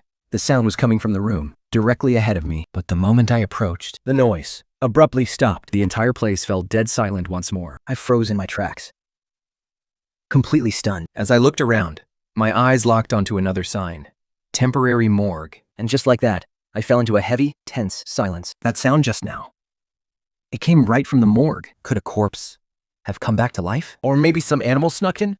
My mind was racing with wild thoughts. But then, that strange sound echoed from inside again. It had a steady, rhythmic beat. Slowly, I crept inside. Inside, there were over 10 small metal beds. Every single one was covered with a white sheet, except for one, which was completely empty, and its white sheet looked like it had been pulled back, crumpled on the floor. It was draped in a way that completely blocked the view underneath the bed. Seeing this, my mind screamed, "Holy crap! The corpse is reanimating!" I frantically scanned the rest of the room, but there was nothing else there. Just those 10 beds. And the temperature was incredibly low. I couldn't stop shivering. It's not right behind me, is it? Chilled by the thought, I slowly turned my head. Nothing. There was absolutely nothing behind me. I'm just scaring myself. There are probably only 9 bodies in total. Anyway, out of 10 beds, 1 was just empty, that's all. But right as that thought crossed my mind, a rustling sound came from beneath the empty bed. This time, the sound was loud, and I don't know if it was just my imagination, but the white sheet hanging off the side of the bed seemed to twitch. I quietly swallowed hard. I must have seen things. But the very next second, the sheet moved again. This time, I saw it plain as day. And the scratching noise was still going. It seemed to be getting more and more excited. I held my breath, focusing all my senses, I frantically fumbled around inside my pocket. only to realize the 3 talismans I drew earlier were all gone. All I had left was blank yellow paper. Whether from sheer terror or the biting cold, my trembling fingers managed to pull out a sheet of yellow paper. As quietly as possible, I tore off a small strip. Then, I bit down hard on my own finger. Desperately trying to recall the book's instructions, I used my bloody fingertip to quickly draw a crude, simple, corpse-stilling talisman. Talisman ready. I camped toward the hanging white sheet. Stepping right up to it, I took a deep, shaky breath. no matter what the hell is hiding behind this sheet, I was ready to strike him right then and there. With that thought, I gritted my teeth and ripped down the white sheet in front of me. The cloth fell to the ground with a swoosh. My other hand quickly formed a spell gesture and slapped it right behind where the sheet had been. But in the next second, I froze dead in my tracks, because standing right in front of me was a man in his late 40s wearing glasses. His lower body was completely covered in blood, and his hands were stained crimson with blood. He was clutching a massive, long saw in his hands. The teeth of the saw were actually wedged right into someone's leg. What are you doing? The man didn't answer. He just stared at me blankly. After a few seconds, he slowly let go of the saw. Then, he peeled the yellow talisman paper off his forehead. He stood up. I'm sticking up a corpse. Is there a problem? Hearing his words, I forced myself to calm down. I looked back down at the corpse on the floor. Cut the crap! Who the hell uses a saw on bones to stitch up a body? At those words, The bones are severely dislocated. to put it back together, I have to saw the bones first before I can sew it up. Seeing the doubt on my face, he paused and added, he died in a car crash. The medical examiner finished the autopsy and sent him here. Once I'm done sewing him up, we'll just wait for the family to claim him. Hearing this, it finally clicked. Oh, I get it. So you're a corpse stitcher. Man nodded helplessly. You could say that? Only then did I let out a long sigh of relief. The man wiped his hands. Are you a relative of the deceased, or I'm just here to pick something up from someone? Who knew this entire funeral home would be completely empty? I heard a noise coming from in here, so I followed the sound. Seriously, you almost scared me to death. He sized me up and down. Pick something up? I nodded. Yeah, just hand it over quickly. I need to get it back so I can report in. Then you can go right back to sign your corpse. He looked at my outstretched hand, frowning slightly. Then, he started walking out. I had no choice but to follow him. At first, I thought he was going to get my things, but instead, he walked into the small registration booth by the gate. Seeing no one there, he picked up the phone, dialed a number, and snapped. Old yay, it's the weekend, so there's barely anyone on duty anyway. But you're not even watching the door. Off playing cards again? He paused as the person on the other end said something. The guy with glasses nodded. Yeah, I'm the one on shift today. But someone just barged straight into the morgue. I was right in the middle of sawing bone when some guy came up and slapped a piece of yellow paper right on me. He claims he's here to pick up some stuff, but I have no idea what he's actually doing. Here. You better get back here, fast. Once he hung up and turned to look at me, his face had completely darkened. And here I thought you were a grieving family member. Let me tell you, this is an official government crematorium. You can't just wander in and out as you please. Stay right here. And don't you dare go back into the morgue. Seeing his sudden shift in attitude, it hit me. He was only being polite to me earlier because he thought I was here to claim a body. The moment he realized I wasn't, his tone did a complete 180. That ticked me off. Hey, what's with the attitude? You're just a corpse stitcher. What are you acting so high and mighty for? I only went in because there was nobody around. The guy with glasses scoffed, turned around, and walked back into the morgue across the courtyard. In no time, the grating sound of bones sawing echoed out once again. I didn't feel right going back in, so I had to sit on a small stool by the door and wait. After quite some time, a scruffy-looking old man shuffled in. He was wearing a multi-pocket utility vest, the kind directors wear. So this had to be the old A the glasses guy mentioned. We walked in, stared at me sitting on the stool, and without even asking what I was doing there, he came right up and slapped me on the shoulder. Then, he peered closely at my face and murmured, "You look so much like him." Too much like him, though you've got such thin arms and legs. Haven't you been eating properly? Stared at him, completely baffled. Like who? He didn't answer my question. Instead, He said something that made my mind completely freeze. For us two brothers to meet again today, it's truly a cruel twist of fate. From now on, we're sworn brothers. I'm already over 70 years old, just a few years older than you. So from now on, you're my big brother. Hearing this, I just stared blankly at the old man. My face written with pure disbelief. Seeing no reaction from me, the old man didn't get angry at all. Big brother, would you like some tea? I've got some Westlake Longjing here. Let me brew a cup for you. As soon as he finished speaking, he eagerly scurried into the back room to brew the tea. I still couldn't get used to that title. What on earth was this old geezer playing at? I just turned 18, and here's a guy in his 70s or 80s calling me big brother. A moment later, the old man came running back with the tea. Big brother, please, take a seat. I'll go grab your things. Just wait here a second, he said as he disappeared into the morgue in the backyard. About 10 minutes later, The old man returned carrying a small cloth bag. He handed it over to me. Brother, This thing is extremely fragile. Don't drop it. Hold it tight. I took the bag and was about to open it, but the old man immediately reached out to stop me. No, absolutely not. If you open it, it will lose its power. just hand it directly to her. I nodded. I had no idea what that female corpse was trying to pull. Or how she even knew people in the city. Especially an old man working at a funeral home. That female corpse is wrapped in way too many secrets. I need to find a chance to pry some answers out of her. At that thought, I stood up and started walking out. But the old man called out to stop me. Brother, wait a minute. I turned to him, thoroughly annoyed. Look, you're old enough to be my grandfather. Thank calling me brother. What else do you want? The old man rubbed his hands together. Well, you're taking the goods, so you've got to pay up. I won't ask for too much, just 20 or 30,000. Give me whatever you think is fair. Hearing this, I stared at him in utter shock. Pay. That female corpse never said anything about paying. The old man's smile instantly vanished. You occult practitioners are all about cause and effect. How can you just take something without paying for it? His words left me completely speechless. So, I forced the friendliest smile I could muster onto my face. Threw my arm around his shoulder and said, "Come on, aren't we sworn brothers?" How about a little brotherly discount? The old man nodded seriously, so I decided to get straight to the point. 10,000 is my absolute lowest. Hearing this price, my face completely froze. A second later, I was right behind him, massaging his shoulders and kneading his back, coaxing. Come on, how about a 75% discount? The moment those words left my mouth, The old man slapped my hands away. Irritated, he shoved me toward the door, muttering, No way. Come on, old man. Why do you have to be so money-grubbing? "We're supposed to be brothers. Don't push me. I'm warning you." I kept trying to argue my way, but my body was already being shoved right out of the funeral home. Only then did he let go of me, scoffing. Even real brothers keep their business separate. This thing isn't something you can buy with a few $100. Go take a look at the villas yourself. With that, he tried to slam the door in my face. Seeing this, I quickly jammed my foot right in the gap. The old man sighed in frustration. Oh, so we're playing dirty now? "Go ahead and ask around. In this entire area, nobody can out-cheat me. You of the deadbeat." Keeping a wide grin on my face, I pleaded, "Brother, yeah." I really, truly need this thing. Isn't there any other way? Maybe I can work it off for you? Don't let my skinny frame fool you. I've got plenty of muscle. Honestly, I was just making one last desperate attempt. If he still refused, I would have no choice but to go back and beg the lady for the cash. But to my surprise, the deadbeat actually stopped trying to close the door. He seemed to be deep in thought. After a few quiet seconds, he pulled the door wide open.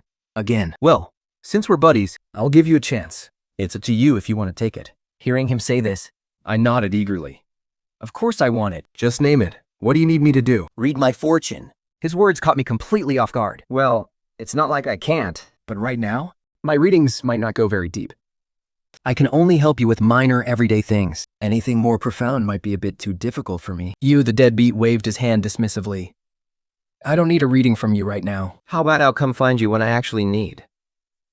1. Hearing this, I fell deep into thought. This old guy is pretty damn crafty. He's waiting until I finish learning from the female corpse to settle the score. By then, every single fortune reading of mine will be worth a king's ransom. The old fox is basically treating me like a high-growth stock. Seeing me stay silent, Yuloi immediately grew annoyed. If you don't agree, There's really nothing else I can do. How could I possibly refuse? With that in mind, I nodded quickly. Gast, so Yuloi handed the items over to me. On my way back, I didn't see a single car on the road, so I ended up walking on foot for a solid half hour. until the sky gradually darkened. Suddenly, a loud screeching sound cut through the air. Then, blinding headlights shone on me from behind. I turned around to see what it was. The blinding headlights slowly dimmed to low beams. Only then did I see a red sports car parked right in front of me. The car window slowly rolled down. A crisp female voice called out, "Sure." Hearing this, I immediately walked over. Clack, clack, clack. Could you give me a ride to the city? I'll pay you. Through the window, I saw a beautiful woman in a red trench coat. Looking at the absolute stunner in front of me, I quickly lowered my eyes, not daring to look any further. The beauty in red gently tossed her long hair back. Get in. At her words, I quickly got into the car. Once I was settled, the woman slowly started the car. She didn't say a word the entire way, As if she had something on her mind. There was a trace of weariness in her eyes. And she kept touching her nose every now and then. Seeing this, I blinked at her. Sorry about this, miss. I just got into town, and I haven't had a chance to shower yet. I might smell a bit. Hearing this, the woman frowned slightly. Then she glanced me up and down, with a hint of confusion in her eyes. Don't get me wrong, handsome. I just have a bit of a cold. My nose is completely stuffed up. So I can't smell anything anyway, she said indifferently. And just like that, I lost any desire to talk. I didn't feel like striking up a conversation either. Carefully, I held onto the loth bag that Debbie Yualau had given me. Soon, the beautiful woman brought me back to the white world. She pulled the car over, me and a slim cigarette. I immediately handed her 100 yuan. Thank you so much, miss. A cab ride would probably cost around 40. Your car is so nice, let me give you an extra 50. The woman exhaled a slow puff of smoke and said coldly, No need, you can go. My place isn't far from here. It was right on my way. Hearing this, I immediately pulled the money back. Then, with a grin, I got out of the car. Miss, you really are a saint. So beautiful and kind-hearted. Good karma will definitely find you. The woman actually chuckled when she heard this. I'll take your blessing. Go on now. I smiled and waved goodbye to her. Then, I turned around and walked into the alley, but after only a few steps, I saw Pang and the female corpse standing on the street ahead, just as I was about to call out to them. Shush! Once again, I was thrown through the air out of nowhere and slammed hard onto the ground, and the cloth bag I was holding was suddenly in the female corpse's hand. Ouch! Are you ever going to stop? You hit me the second you see me. Do you have any idea how hard I worked to get this for you? The female corpse looked down at me coldly, beautiful and kind-hearted. With that, she turned around and walked away in a stiff, mechanical way. I froze in shock. The female corpse can actually walk now? Even though she still looked a bit weird. I stood up, completely speechless. Are you crazy? She gave me a free ride home. What's wrong with me paying her a little compliment? Bapam immediately crept up to me with a sly grin. Duh, she's jealous. I blinked in disbelief. I stared at the back of the female corpse as she walked away clumsily. Jealous? Man, you think way too highly of me. She's like a block of ice. Why on earth would she care about me? She's just a total psycho. With that, Apang followed me back to the shop. But the moment we reached the entrance, I froze. Our original 24-hour adult novelty store had now completely turned into a spooky yin-yang fortune-telling shop. And there was the female corpse, sitting quietly at the counter, reading a book. She looked so incredibly peaceful. I walked up to her and asked, "How should I address you?" Up until now, I'd just been referring to her in my head as the female corpse. Anyway, she definitely wasn't human. She only uttered 2 words. Yin Shuang. I nodded. Mizine, we came to the city this time to find my family, and also to get revenge for Pang. Is setting up this yin-yang temple actually going to help us? She didn't even look up. Reading her book, she replied in a freezing tone. What does that have to do with me? I was completely speechless. But then again, she wasn't wrong. Our personal vendetta really had nothing to do with her. Oh well, whatever. Starting tomorrow, I'll begin asking around for my grandfather's whereabouts. Take a step, fierce. Besides, the reading I did before coming to the city predicted that I'd find a turning point here. Now, I just have to wait for that opportunity to show up. There's no point in rushing it. The next day, it was almost noon. By the time I finally woke up, as soon as I walked into the main hall, I saw an old lady with a face full of worry. I walked up to her and asked, "Ma'am, is there something I can help you with?" The moment she saw me, she suddenly dropped to her knees right in front of me. I was completely caught off guard. We quickly helped her up, urging her to stand before speaking. Once she was settled back in her chair, she started explaining. My daughter is an older single woman.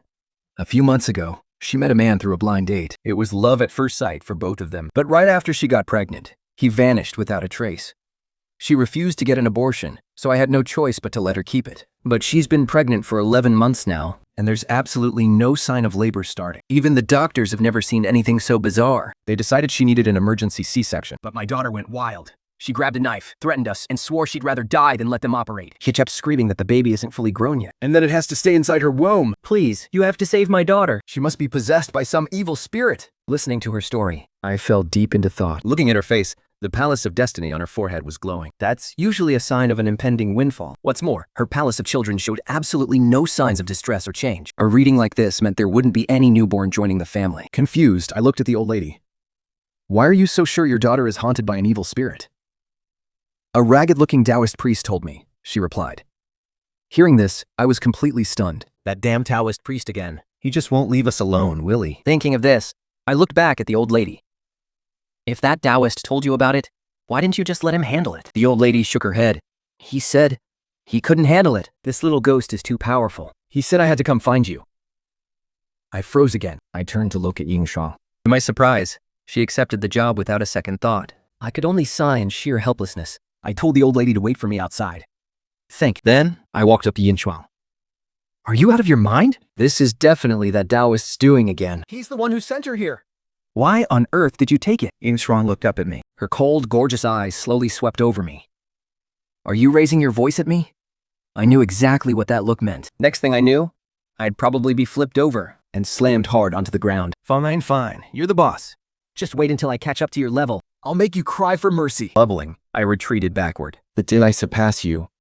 I'll make your life a living hell. The tables will turn sooner or later. Never underestimate a man when he's down. In response to my passionate declaration, The female corpse slammed her book onto the table. Then she began cracking her knuckles. I just love a man with some backbone. Come on then. Let me see just how tough my big man really is. Seeing her like that, I spun around and bolted up to the second floor. I packed my yellow talismans in gear, cursing under my breath. Unbelievable.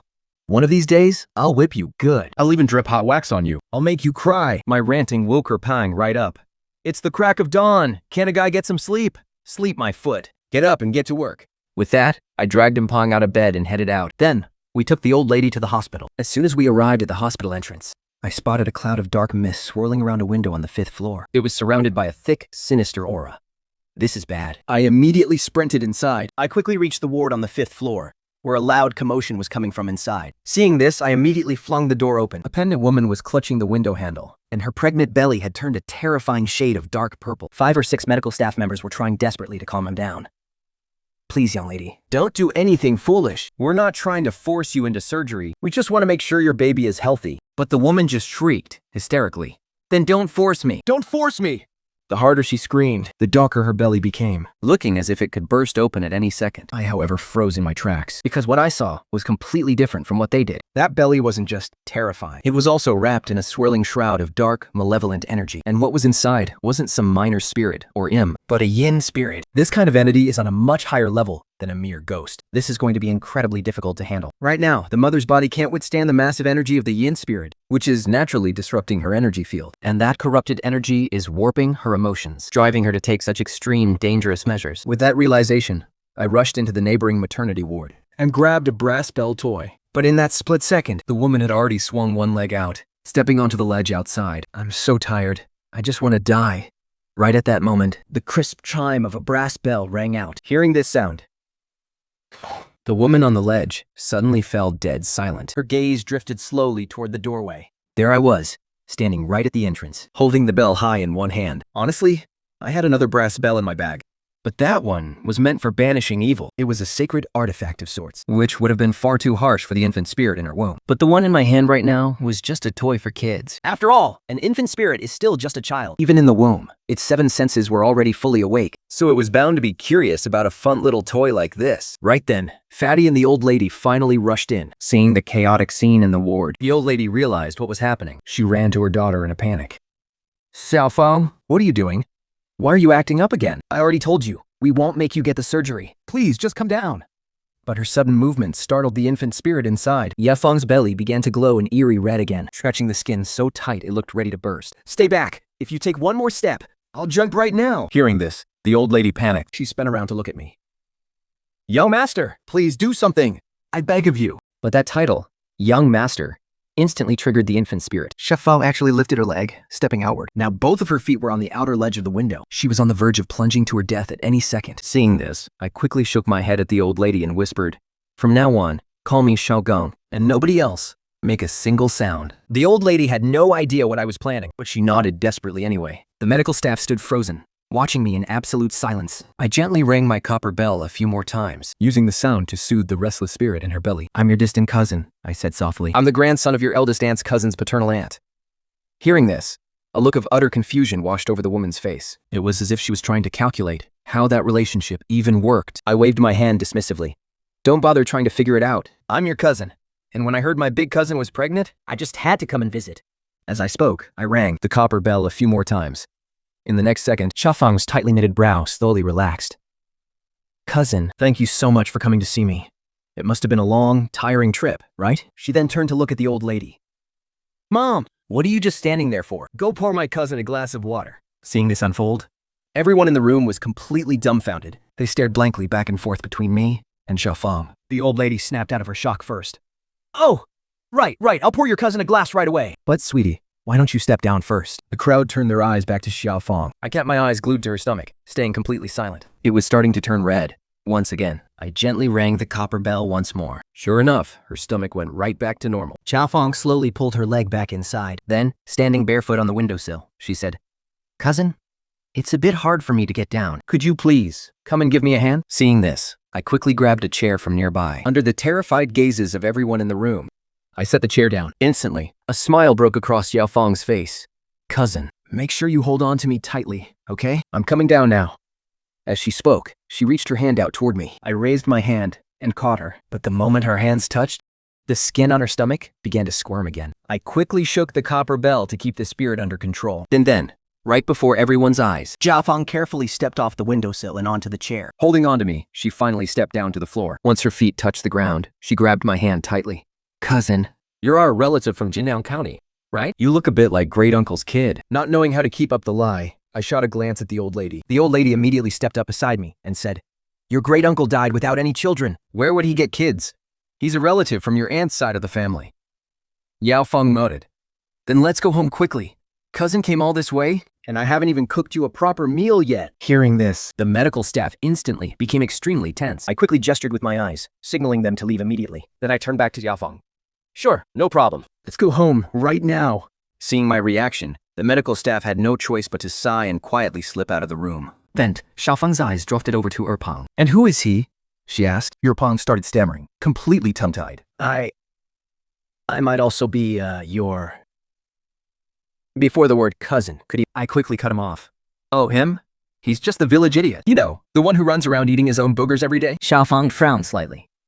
The village idiot. My memory is really getting worse and worse. I've forgotten so much from when I was a kid. But, yeah, I think I do remember some idiot. And Bang's face instantly twisted in disbelief. She glared at me as if she wanted to murder me on the spot. But knowing how complicated things were, she held her tongue. She could only keep her head down and silently pack her bags. Before long, we finished packing and arrived downstairs at the old lady's apartment building. It was an old company-issued staff housing complex. Looking at Jing Shang standing there, I quickly realized exactly where the problem lay. The conway of this place was incredibly ominous. The dark energy here was suffocatingly heavy. Seeing my deep frown, Xiaofang asked in confusion, "Cousin, why aren't we going inside?" I let out a heavy sigh. "If you can afford to, you really should move somewhere else. Living here will only ruin your luck." My cousin immediately grabbed my hand and pulled me inside, saying, "And here I thought you were just looking down on your cousin's place. You're so young, yet you're so superstitious. What does luck have to do with where you live anyway?" Before I knew it, she had dragged me to the entrance of Unit 2. Once again, I stopped dead in my tracks. I looked toward the unit on the right side of the first floor. A thick black mist was swirling all around it. The exact spot where all the dark energy in the complex gathered was right there. Xiaofang looked at me once more. I helplessly pinched the bridge of my nose. "Cousin, your family lives in this unit on the right side of the first floor, don't you?" Hearing this, Xiaofang's face lit up with surprise. "Cousin, you're amazing. How on earth did you guess that?" But looking at her excited face, I couldn't bring myself to smile at all. The more I thought about it, the more unsettling everything felt. How could there be such perfect coincidences? This was clearly someone's deliberate design. Just when Xiaofang needed to find a man to marry. An outstanding man suddenly appeared. An evil spirit needs a medium to cross over. And Xiaofang happened to be plagued with bad luck, while the spirit needed negative energy to feed on. And this staff residential building happened to be the ultimate hotbed of dark energy. Everything was just too perfect. I cast a class in Xiaofang And helplessly followed her into the apartment. The moment we stepped inside, Xiaofang rushed into the kitchen to start cooking. Seeing this, the old lady immediately got anxious. "You're pregnant. What are you doing? Let Mom do it." Xiaofang just shook her head, smiling. "Oh, come on. I'm not that fragile. Aside from my belly feeling a bit heavy, I don't feel a thing. Don't you worry about me. Just go entertain my cousin and his friend. I'll be quick."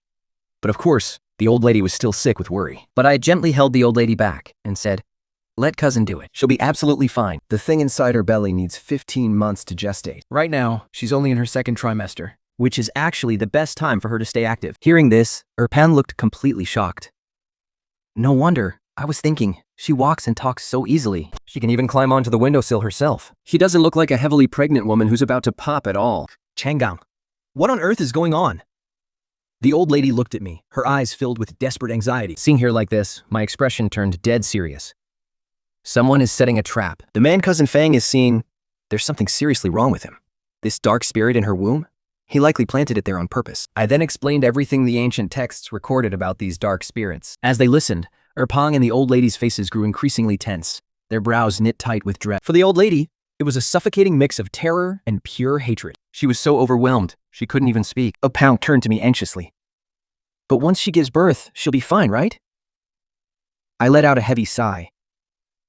The moment this demon infant is born is the exact moment the mother died. The moment those words left my mouth, the old lady leaped to her feet. She was shaking from head to toe. What do we do? Oh God, Master, please! My daughter can't die! She wailed, tears streaming down her face. Before I could even say a word, Xiaofang walked out of the kitchen, staring at us in utter confusion. When she saw her mother weeping so hysterically, she gasped, Mom, what are you crying about? My cousin is visiting. We should be celebrating. Come on, dry those tears.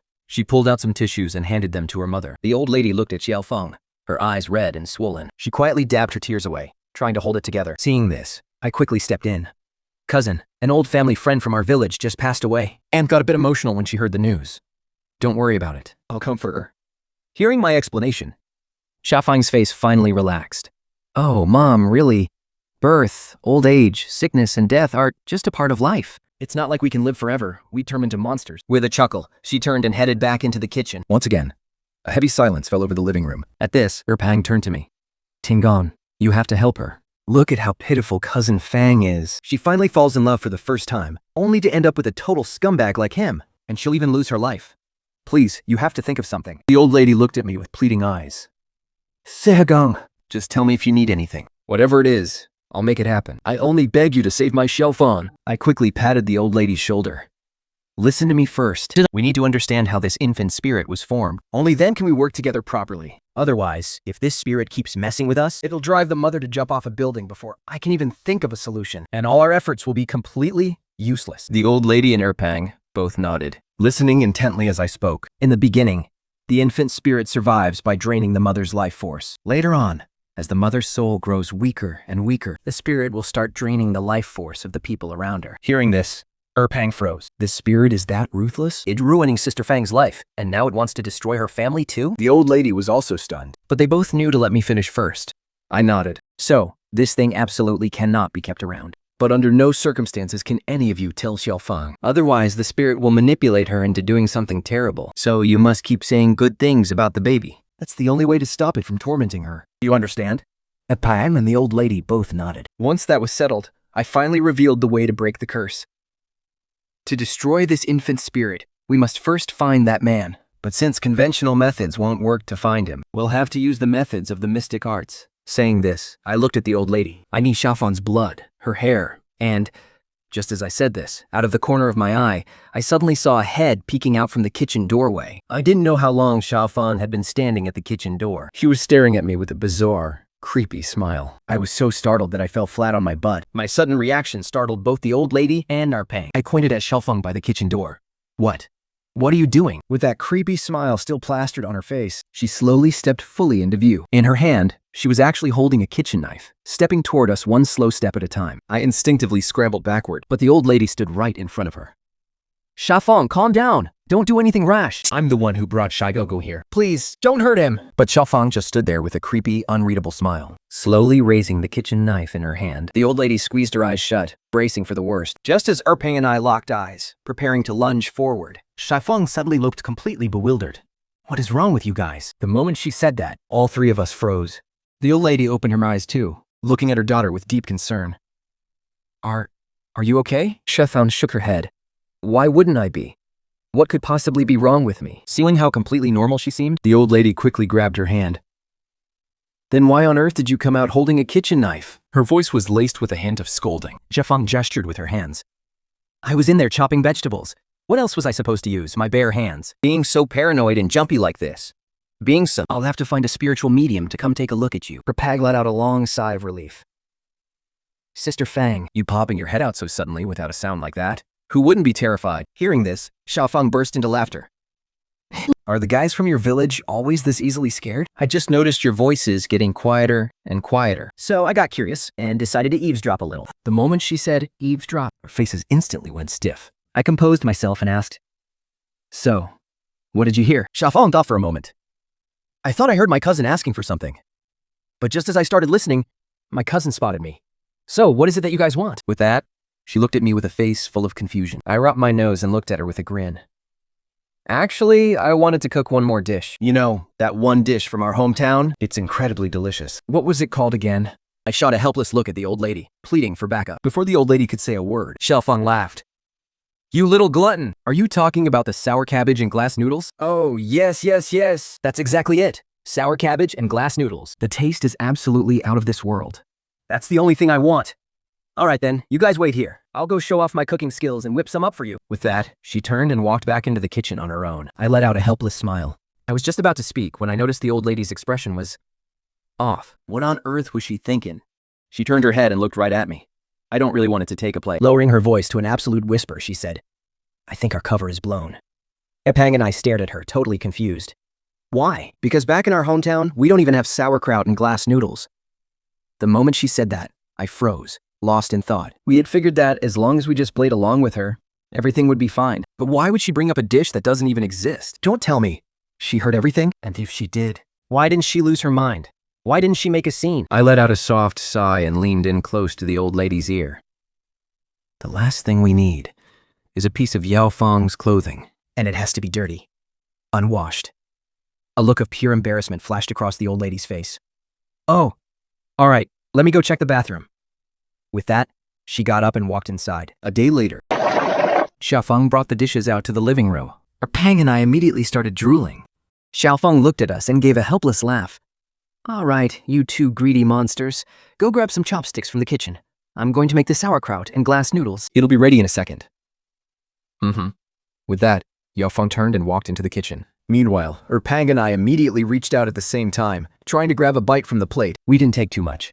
Just one piece of tofu each, popping it straight into our mouths. Instantly, we both blurted out at the exact same time.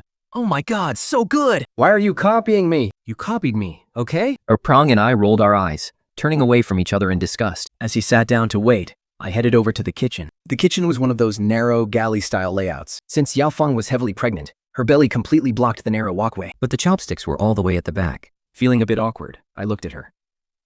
Cousin Yao Fang, let me squeeze past you for a second. Can you step forward a bit?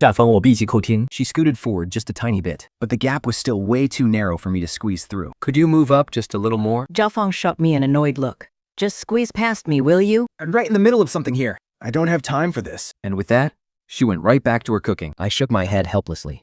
I turned my back to her and began squeezing my way through, but the moment I brushed past her, my back pressed against her backside. Instantly, my eyebrows furrowed. Her backside was rock hard. It felt less like flesh and more like hard plastic. Or solid metal. How could anyone's body feel so rock hard? I turned to look at Xiao Fang, but her face didn't show the slightest change. Full of doubt, I grabbed 4 pairs of chopsticks. Then, pretending to be casual, I asked her cousin, Hey, your body feels really stiff. Are you feeling sick somewhere? But the kitchen was way too noisy, and Jie Fang didn't seem to hear me. I had no choice but to drop it. I squeezed past her once more, and there it was again. The exact same rock-hard feeling. Just as I was about to ask her again, the old lady in the living room started frantically waving me over. Seeing this, I quickly hurried back to the living room. She pulled me off to the side and stuffed a short-sleeved shirt into my pocket. We've been at the hospital lately, she whispered. There aren't any of her recent clothes here, but she wore this one when she was 2 months pregnant. This should work, right? I nodded. Then, looking closely at her, I asked, Why is Yao Fang's body so stiff? Have you guys ever had it checked out? Hearing this, the old lady shook her head. I don't think so, other than her belly growing and her going crazy every now and then. There's really nothing else. It seemed she didn't know anything either. That left 2 possibilities. First, the old lady just hadn't noticed. Second, she wasn't like this before. And it only started recently. Or maybe she wasn't like this before. And it only started recently, even though I found it incredibly strange. I didn't think an infant spirit could have anything to do with this. There was absolutely no mention of anything like this in the ancient text. Maybe I was just overthinking it. Before long, the second dish was ready. Yao Fang carried it out, looking deeply uncomfortable. They say pregnancy brain makes you stupid for 3 years. And I guess I've really gone stupid. I stood there forever and couldn't even remember how to make pork with pickled cabbage and vermicelli. Just make do with this, okay? If you don't like it, just eat more of the other dishes. Your Pang, who was already drooling, couldn't wait any longer. No worries at all. It's totally fine. We're really easy to please. Man, this food smells absolutely amazing. Sister Fang, do you have any rice? Yes, we do. I'll go scoop some. As Yao Fang said this, She started to get up, but the old lady rushed ahead of her. Let me do it. You two go ahead and eat. Only then did Xiaofang sit back down. But after a few bites, we noticed Xiaofan hadn't even touched her chopsticks. She was just sitting there, staring at Erpang and me. I looked at her, completely confused. Cousin, aren't you going to eat? Xiaofang shook her head. I can't eat this. You guys go ahead. Hearing that, I was completely baffled. Just then, the old lady came out, carrying the bowls of rice. She handed them to Perpang and me. She only eats fruit now. It's been 4 or 5 months already. She won't touch anything else. Hearing this, I frowned again. What on earth did that mean? How can someone survive without eating real food? Sure, it only provides vitamins, which isn't enough to sustain a human body. Over time, anyone would fall seriously ill. So, I turned to Xiaofang. That's not right. Cousin, this isn't good for the baby inside you either. You need to eat more nutritious food. Xiaofang picked up an apple and took a bite.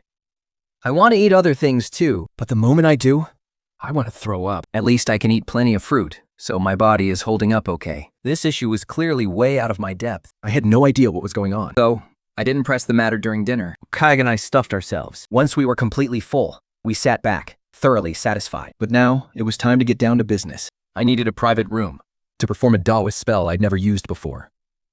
Soul thread tracking. This is a highly traditional Taoist technique. It uses items belonging to the target to trace their whereabouts. After gathering the other 2 items, I gestured to the old lady to send Jiufang away. cooperating perfectly. The old lady escorted Xiaofan to her bedroom to rest. Meanwhile, Erpang and I were set up in Xiaofang's brother's room. I began by laying out a sheet of yellow talisman paper on the bed. Since Erpang couldn't really help, he just stood to the side and watched me. I pulled a compass out of my backpack. Then, I placed a single toothpick right in the middle. Next, I grabbed a stack of yellow paper, tore them into long strips, and set them aside. I flicked my lighter, lit 2 white candles, and stood them up on the yellow paper on the bed. Everything was set. And Except for one crucial thing. Glutinous rice. I looked over at Fatty, who was just standing there dazed. Fatty, go to the kitchen and find some glutinous rice. A small bowl is fine. Fatty rolled his eyes at me. All you ever do is order me around. But his legs were more honest than his mouth, and he shuffled out anyway. Once Fatty was gone, I took out the hair and tissue paper I had prepared and placed them onto the yellow paper. then I pulled the short-sleeved shirt out of my pocket. Just as I was about to lay the shirt down, Xiaofan's voice rang out from right outside. Cousin, are you asleep yet? I found you a new blanket. My brother's blanket hasn't been used in forever. It's a bit damp.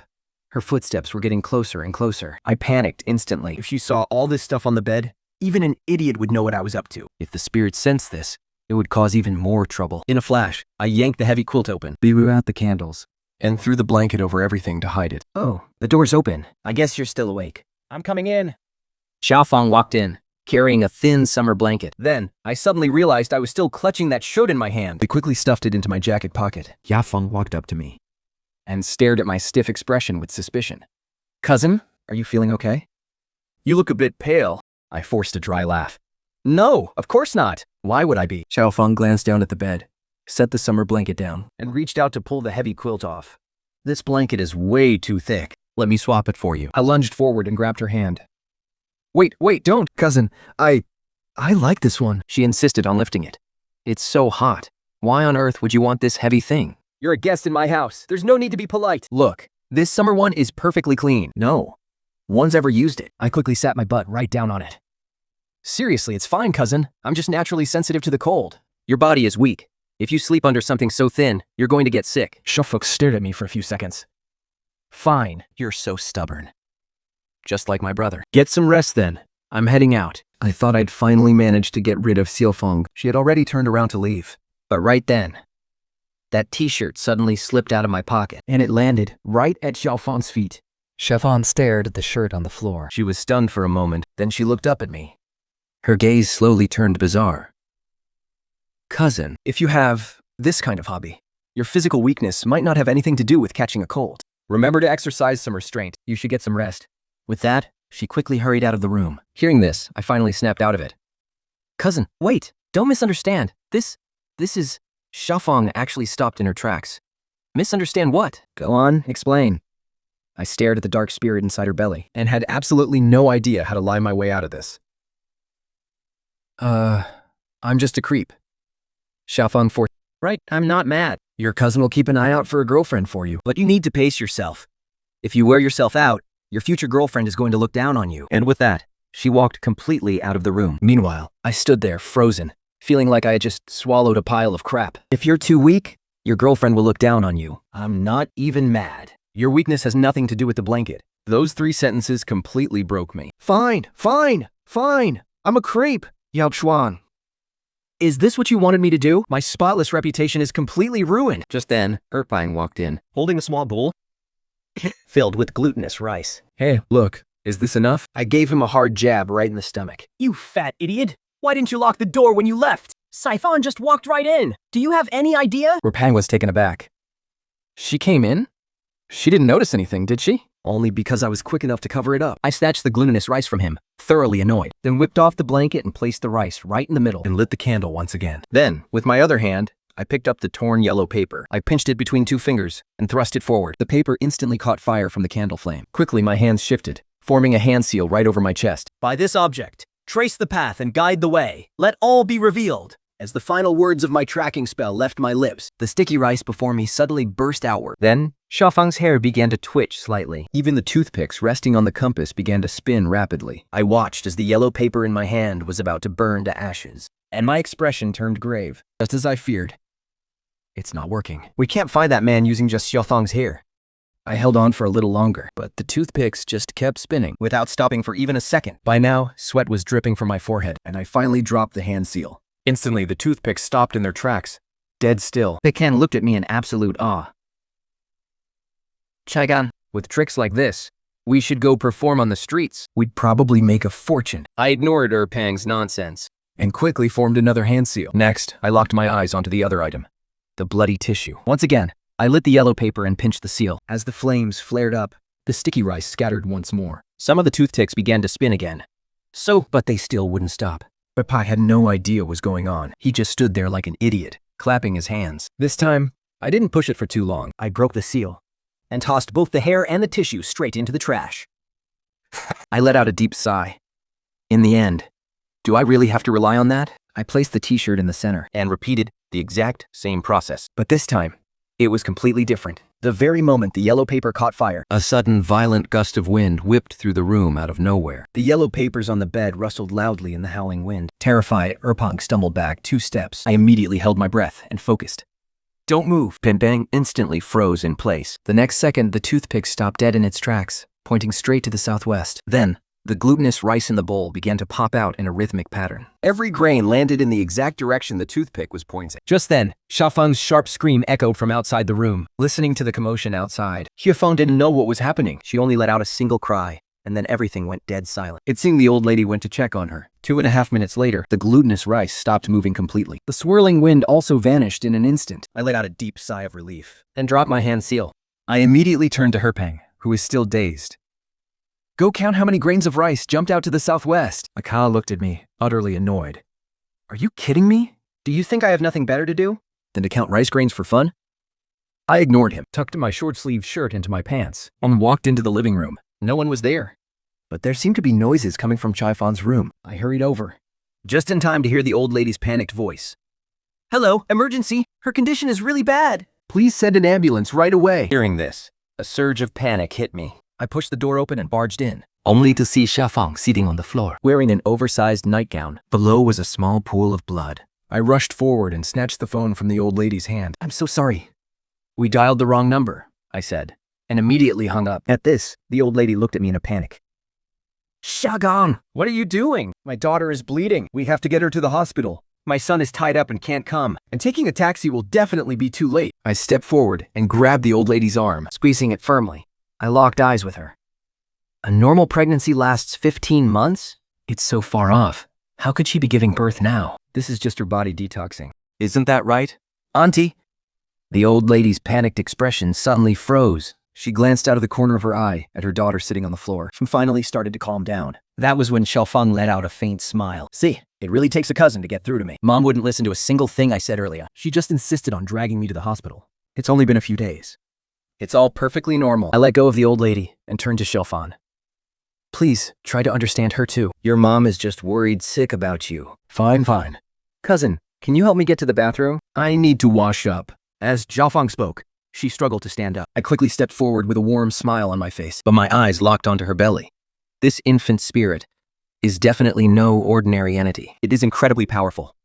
It must have sensed the ripples of my spiritual energy just now and gone into defense mode. It was trying to force someone to take it to a safer place. After helping Xiaofang into the bathroom, I walked back over to the old lady. Ma'am, the fact that you came to me means you've already tried every modern hospital and nothing worked. They can't help you. Now, unless you want to let this evil spirit run wild And sit back and watch your daughter die. you have to do exactly what I say. You have no other choice. Do you understand? Hearing those words, the old lady seemed to age so much in an instant. She nodded weakly. Have you found any trace of that man yet? Just as she asked, Erpang walked out from the back room. He was holding a handful of rice, opening his mouth to speak. I shot him a sharp look, warning him to shut up, and he quickly caught on. Is everything okay in the room? Erpang muttered. The old lady shook her head, remaining silent. I leaned in and whispered to the old lady in a hushed tone. We need to go out and track down that man right now to break this curse. Until we get back, neither you nor Xiaofang can leave this house. Under any circumstances. If Xiaofang starts acting up or gets agitated, just gently ring that bronze bell on the table. The old lady glanced at the toy sitting on the sofa, her eyes instantly filling with tears. She reached out and grabbed my hand with a desperate, trembling grip. Saigon, this old woman is putting all her faith in you. You have to save my daughter. Please. I gave her a solemn, reassuring nod. Then, I signaled to Erpan with a quick nod. We left Xiaofang's house together. But just as we reached the door, I stopped in my tracks. I reached into my backpack and pulled out some cinnabar. I used it to draw a simple command sigil on the wall. Only then did Erpang and I finally walk out. We made our way all the way out of the neighborhood. I checked how many beads Erpang had left. There were 121, so I quickly did the math in my head. One bead represents 100 meters. That means 10 beads make 1 kilometer. 100 beads is 10 kilometers. By that count, it totals around 12 kilometers. We can easily ignore that extra 100 meters. We just need to find a place about 12 kilometers to the southwest. Right then, a taxi pulled up. The two of us jumped right in. Driver, if you head southwest from here for about 12 kilometers, where does that take us? The driver thought about it for a moment. That would be the Wei Mountain Scenic Area. Hearing this, my eyes lit up. Let's go there. Half an hour later, the taxi stopped at the entrance of the Wei Mountain Scenic Area. As I got out of the car, I looked ahead. This was an old tourist spot that had been developed a long time ago. Just looking at the ticket booth, you could see the paint peeling off the walls. There were plenty of stalls around selling hot dogs, ice cream, and other snacks. Looking further in, I could see Wei Mountain rising in the distance. But then I froze slightly. Isn't this the exact same mountain visible from way behind Xiaofang's house? Even back then, I felt the placement of this mountain was incredibly awkward. It sat right in a spot that threw off multiple feng shui layouts. Worse, it was located right in the dead center of the city. It felt like this single mountain was disrupting the feng shui of the entire city. How could a mountain like this even exist in a place like Jin City? With that thought in mind, I led Erpang and started walking inside. Just then, a very elegantly dressed pregnant woman caught my attention. She was accompanied by a man and another woman. The reason they caught my eye was because I recognized the man. It was Feng Shijiang, the guy from the Shoshan funeral home. He was smiling from ear to ear, gently stroking the woman's belly and saying, "Mom, we brought Chabiu out for a little walk. It's great for pregnant women, and the air's amazing here too." Hearing that, I couldn't help but chuckle. She looked 30-something at most, not even 40. And yet, she's already a mother-in-law. That really struck me as odd. The young mother-in-law just smiled and nodded. Just as the man was about to walk in, he looked up right toward where I was standing. When he saw me looking back at him, a flash of surprise crossed his eyes, but he quickly turned away to keep helping the pregnant woman, showing absolutely no intention of speaking to me. So I looked away too, and kept walking inside. There was a pathway at the entrance of the scenic spot, lined with iron railings. Since it was a weekday, there weren't many tourists around. So we lined up at the side. As luck would have it, the Feng family ended up right behind us. Suddenly, a terrible stench hit my nose. I had smelled this exact odor when I met Feng Shiyang before. But that was back in the morgue. A stench like that makes sense in a morgue.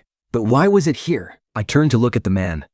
Could this guy spend so much time in morgues that the stench of death has literally seeped into his skin? Seeing me stare at them, the pregnant woman looked annoyed and snapped, "Is there a problem?" Before I could even reply, Fatty started sniffing around and yelled, "Who farted? It's disgusting. Have some manners, will you? Who rips one in public like that?" The moment he said that, the man's family looked furious. After all, there were only our two groups in line. With the people ahead already at security, it was obviously either us or them.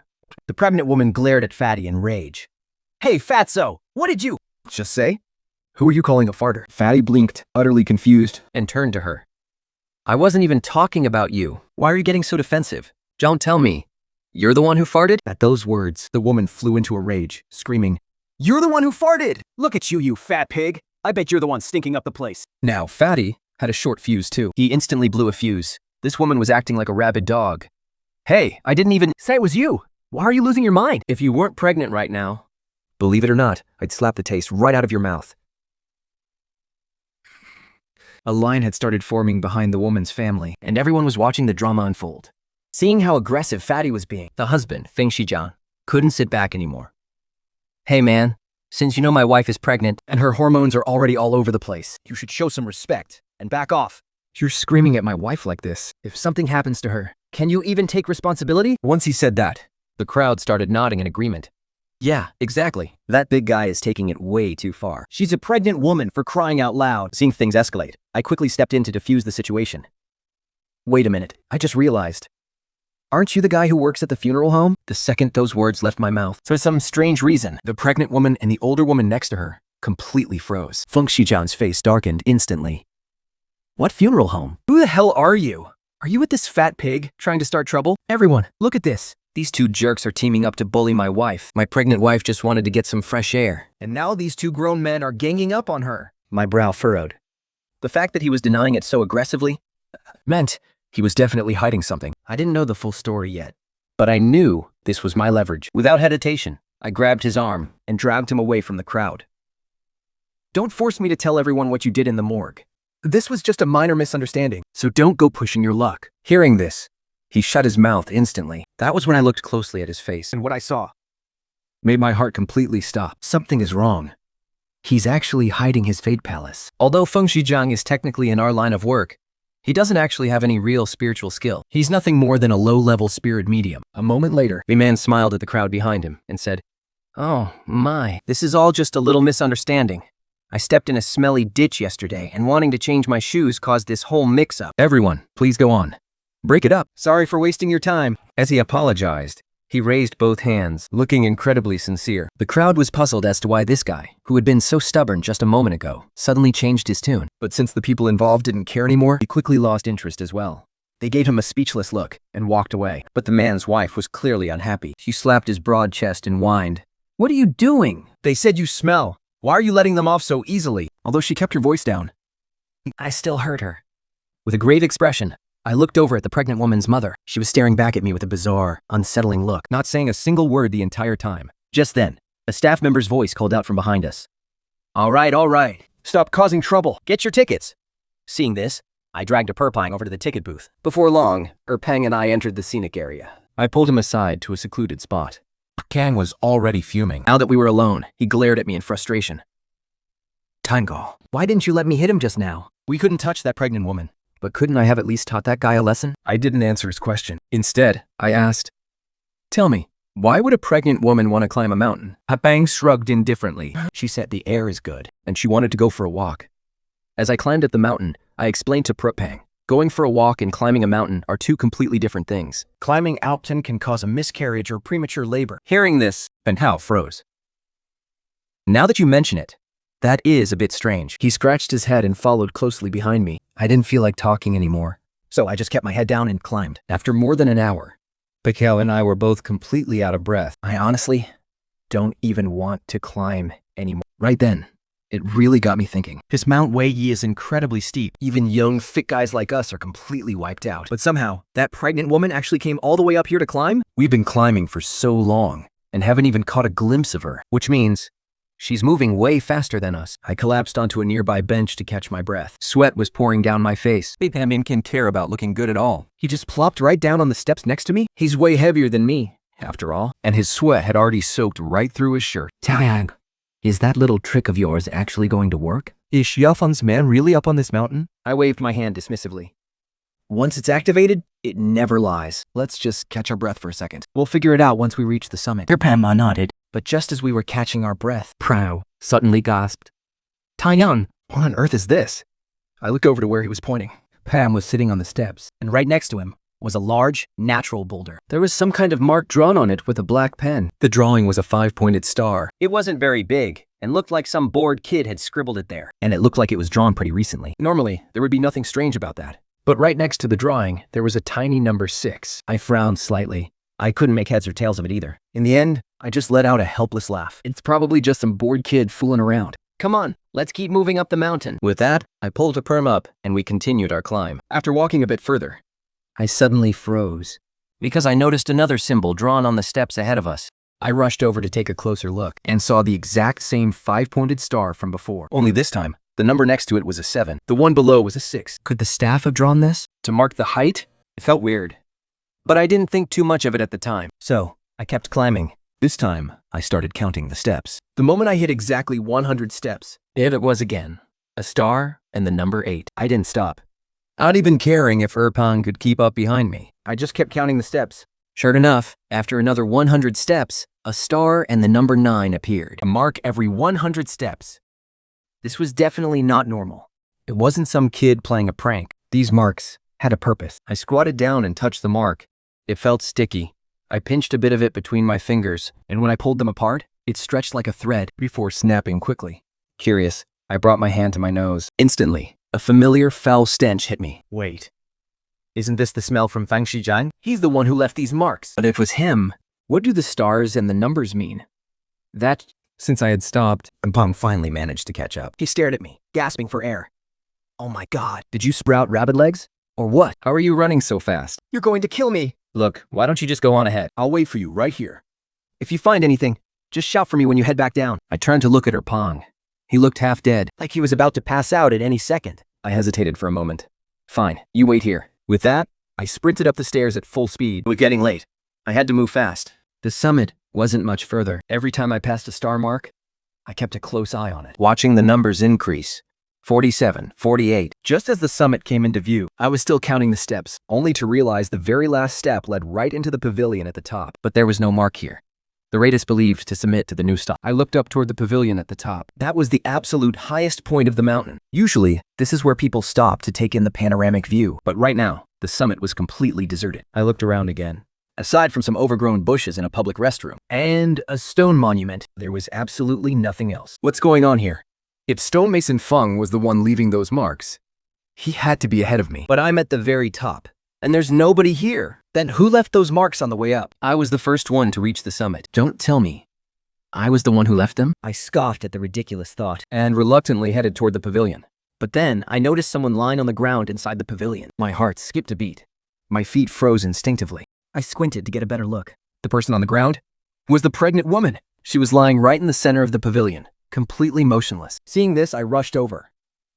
Are you okay? There was no answer. She just lay there, her back turned to me. I couldn't see her face. I slowly crept closer. A lingering stench hung in the air, proving beyond a doubt that Stonemason Feng had been here. I called out again. Hey, can you hear me? Still, she didn't move.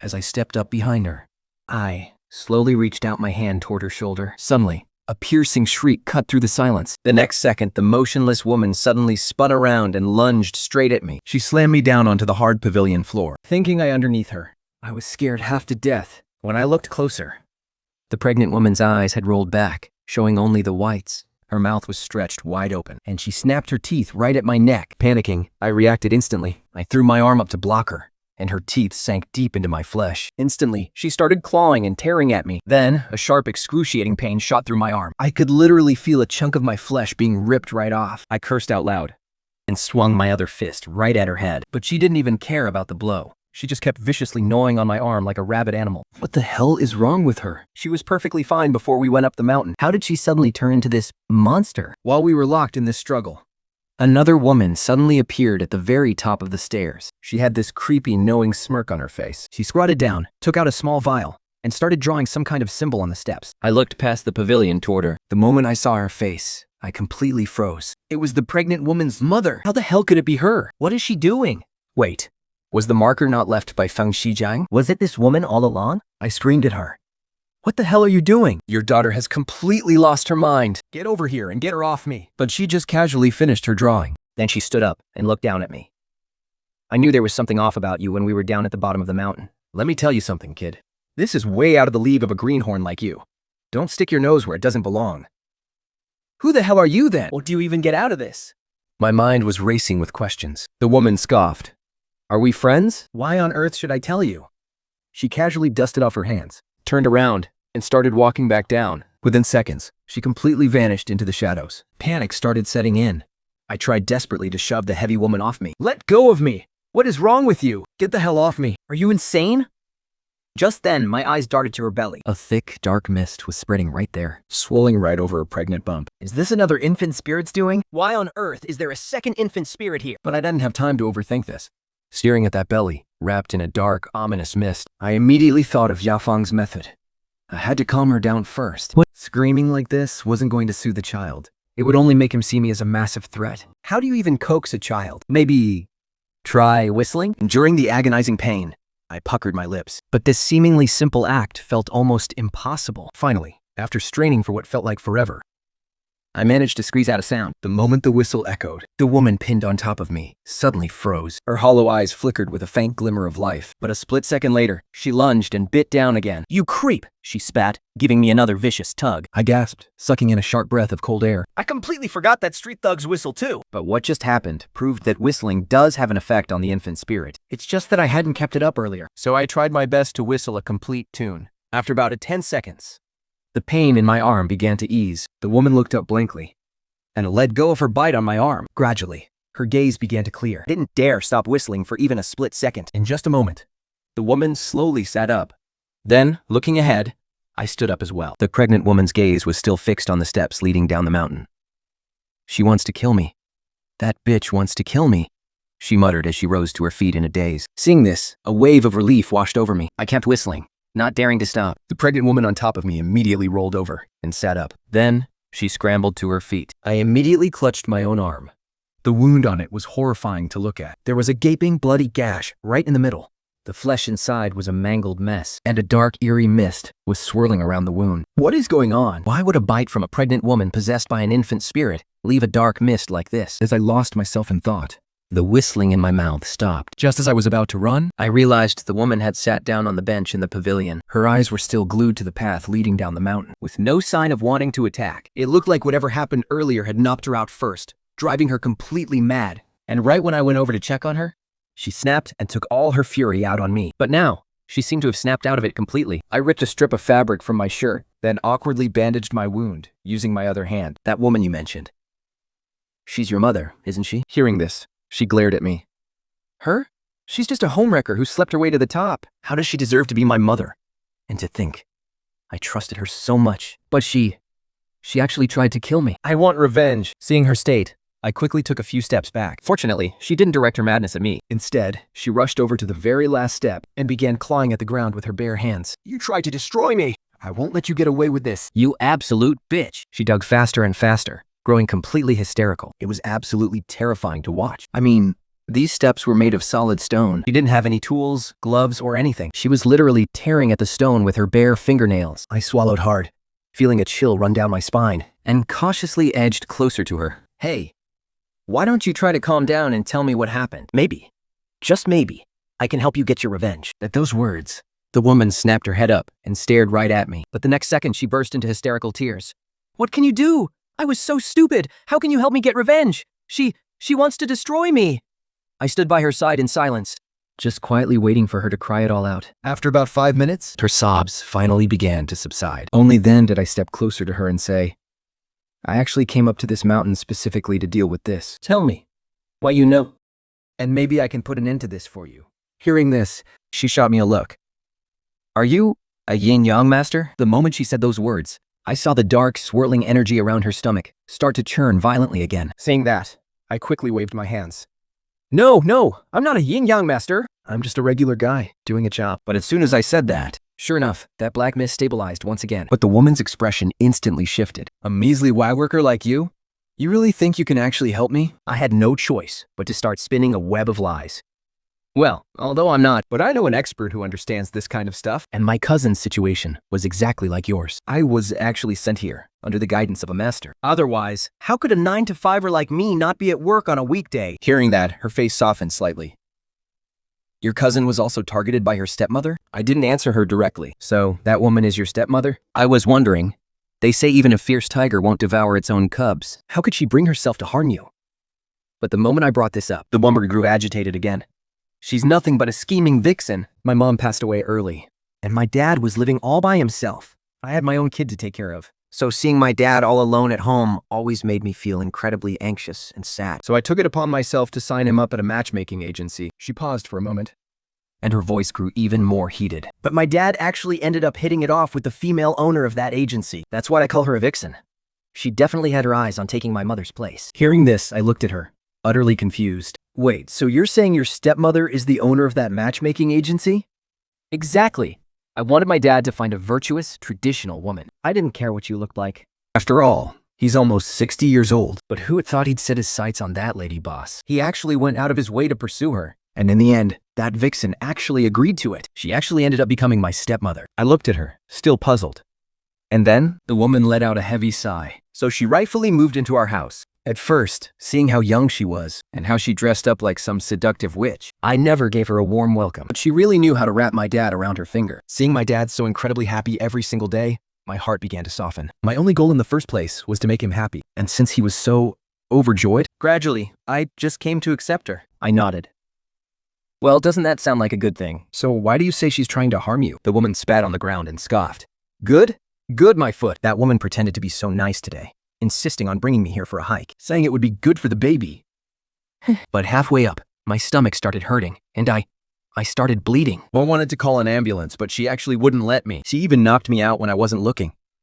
As she spoke, the woman began frantically searching her pockets for something. I patted her on the shoulder. But why was she so desperate to get you up this mountain? How should I know? She must have wanted to kill me up here. She was probably going to push me off the cliff to get rid of my body and cover her tracks. Hearing this, I thought to myself, no, that's impossible. That woman must have had another motive. If it were just a simple murder for money, did she think the police were completely useless? A quick check of travel records and scenic area tickets would have put her behind bars in no time. I looked down at the blood-stained steps beneath her feet. Then why did you lose your mind over this symbol? The woman suddenly shrieked. She said it was to bless our family with peace and safety. Well, I won't let her have any peace, even if it means we both go down together. My mind raced as I replayed our entire trip to Mount Weiyi. My suspicion immediately locked onto her husband, Feng Shijiang. What's the deal with your husband? You're being tormented by your stepmother? But what about him? What about my husband? He's wonderful. Seeing her reaction, I was just about to ask her what Feng Shijiang told her his job was. After all, he had lied to his own family. But before I could even open my mouth, a figure slowly walked up from the path below. Man, I'm absolutely exhausted. Yeah, why? Why are you sitting on the ground? As he spoke, he walked right up to us. Then, his eyes locked onto the blood on the ground.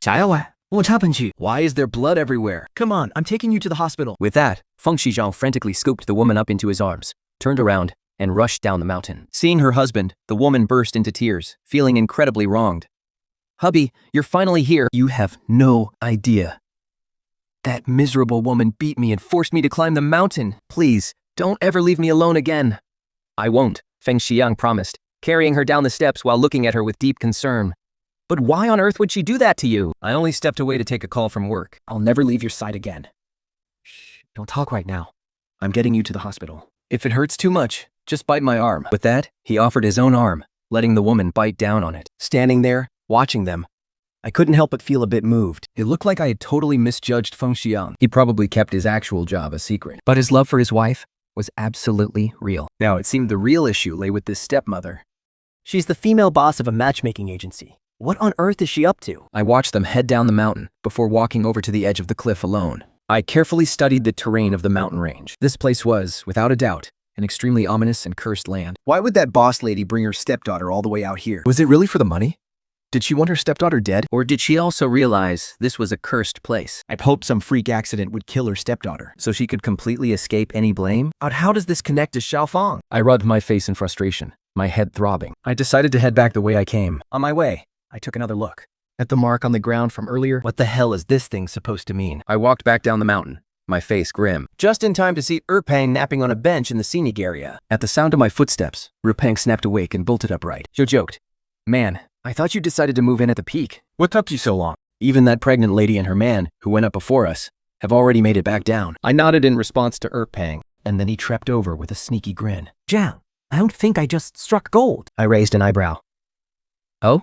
What did you find? You remember that pregnant lady's family, right? Let me tell you. That pregnant girl's mother is having an affair with her own son-in-law. The moment those words left his mouth, I was completely dumbfounded.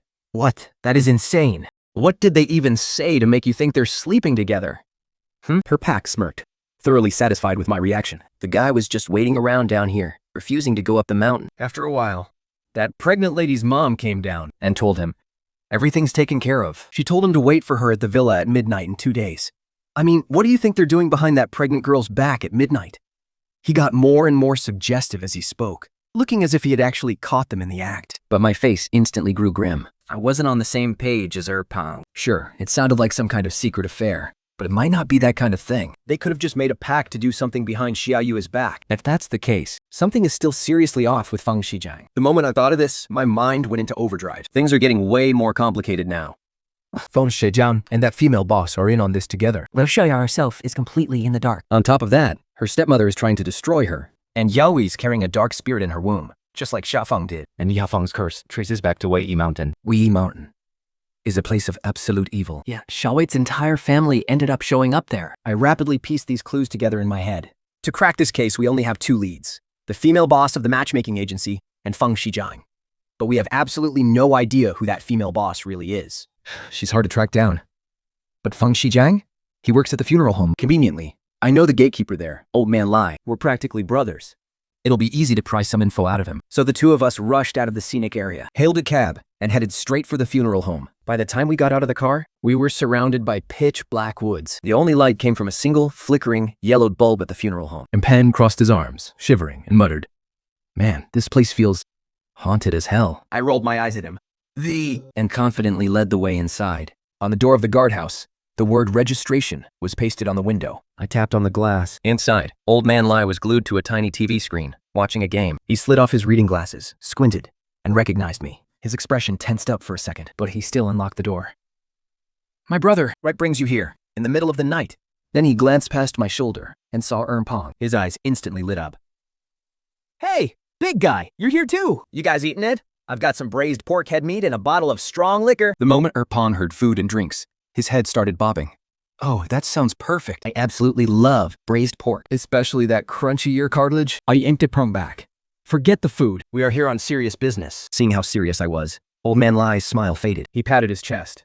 Say no more. We're brothers.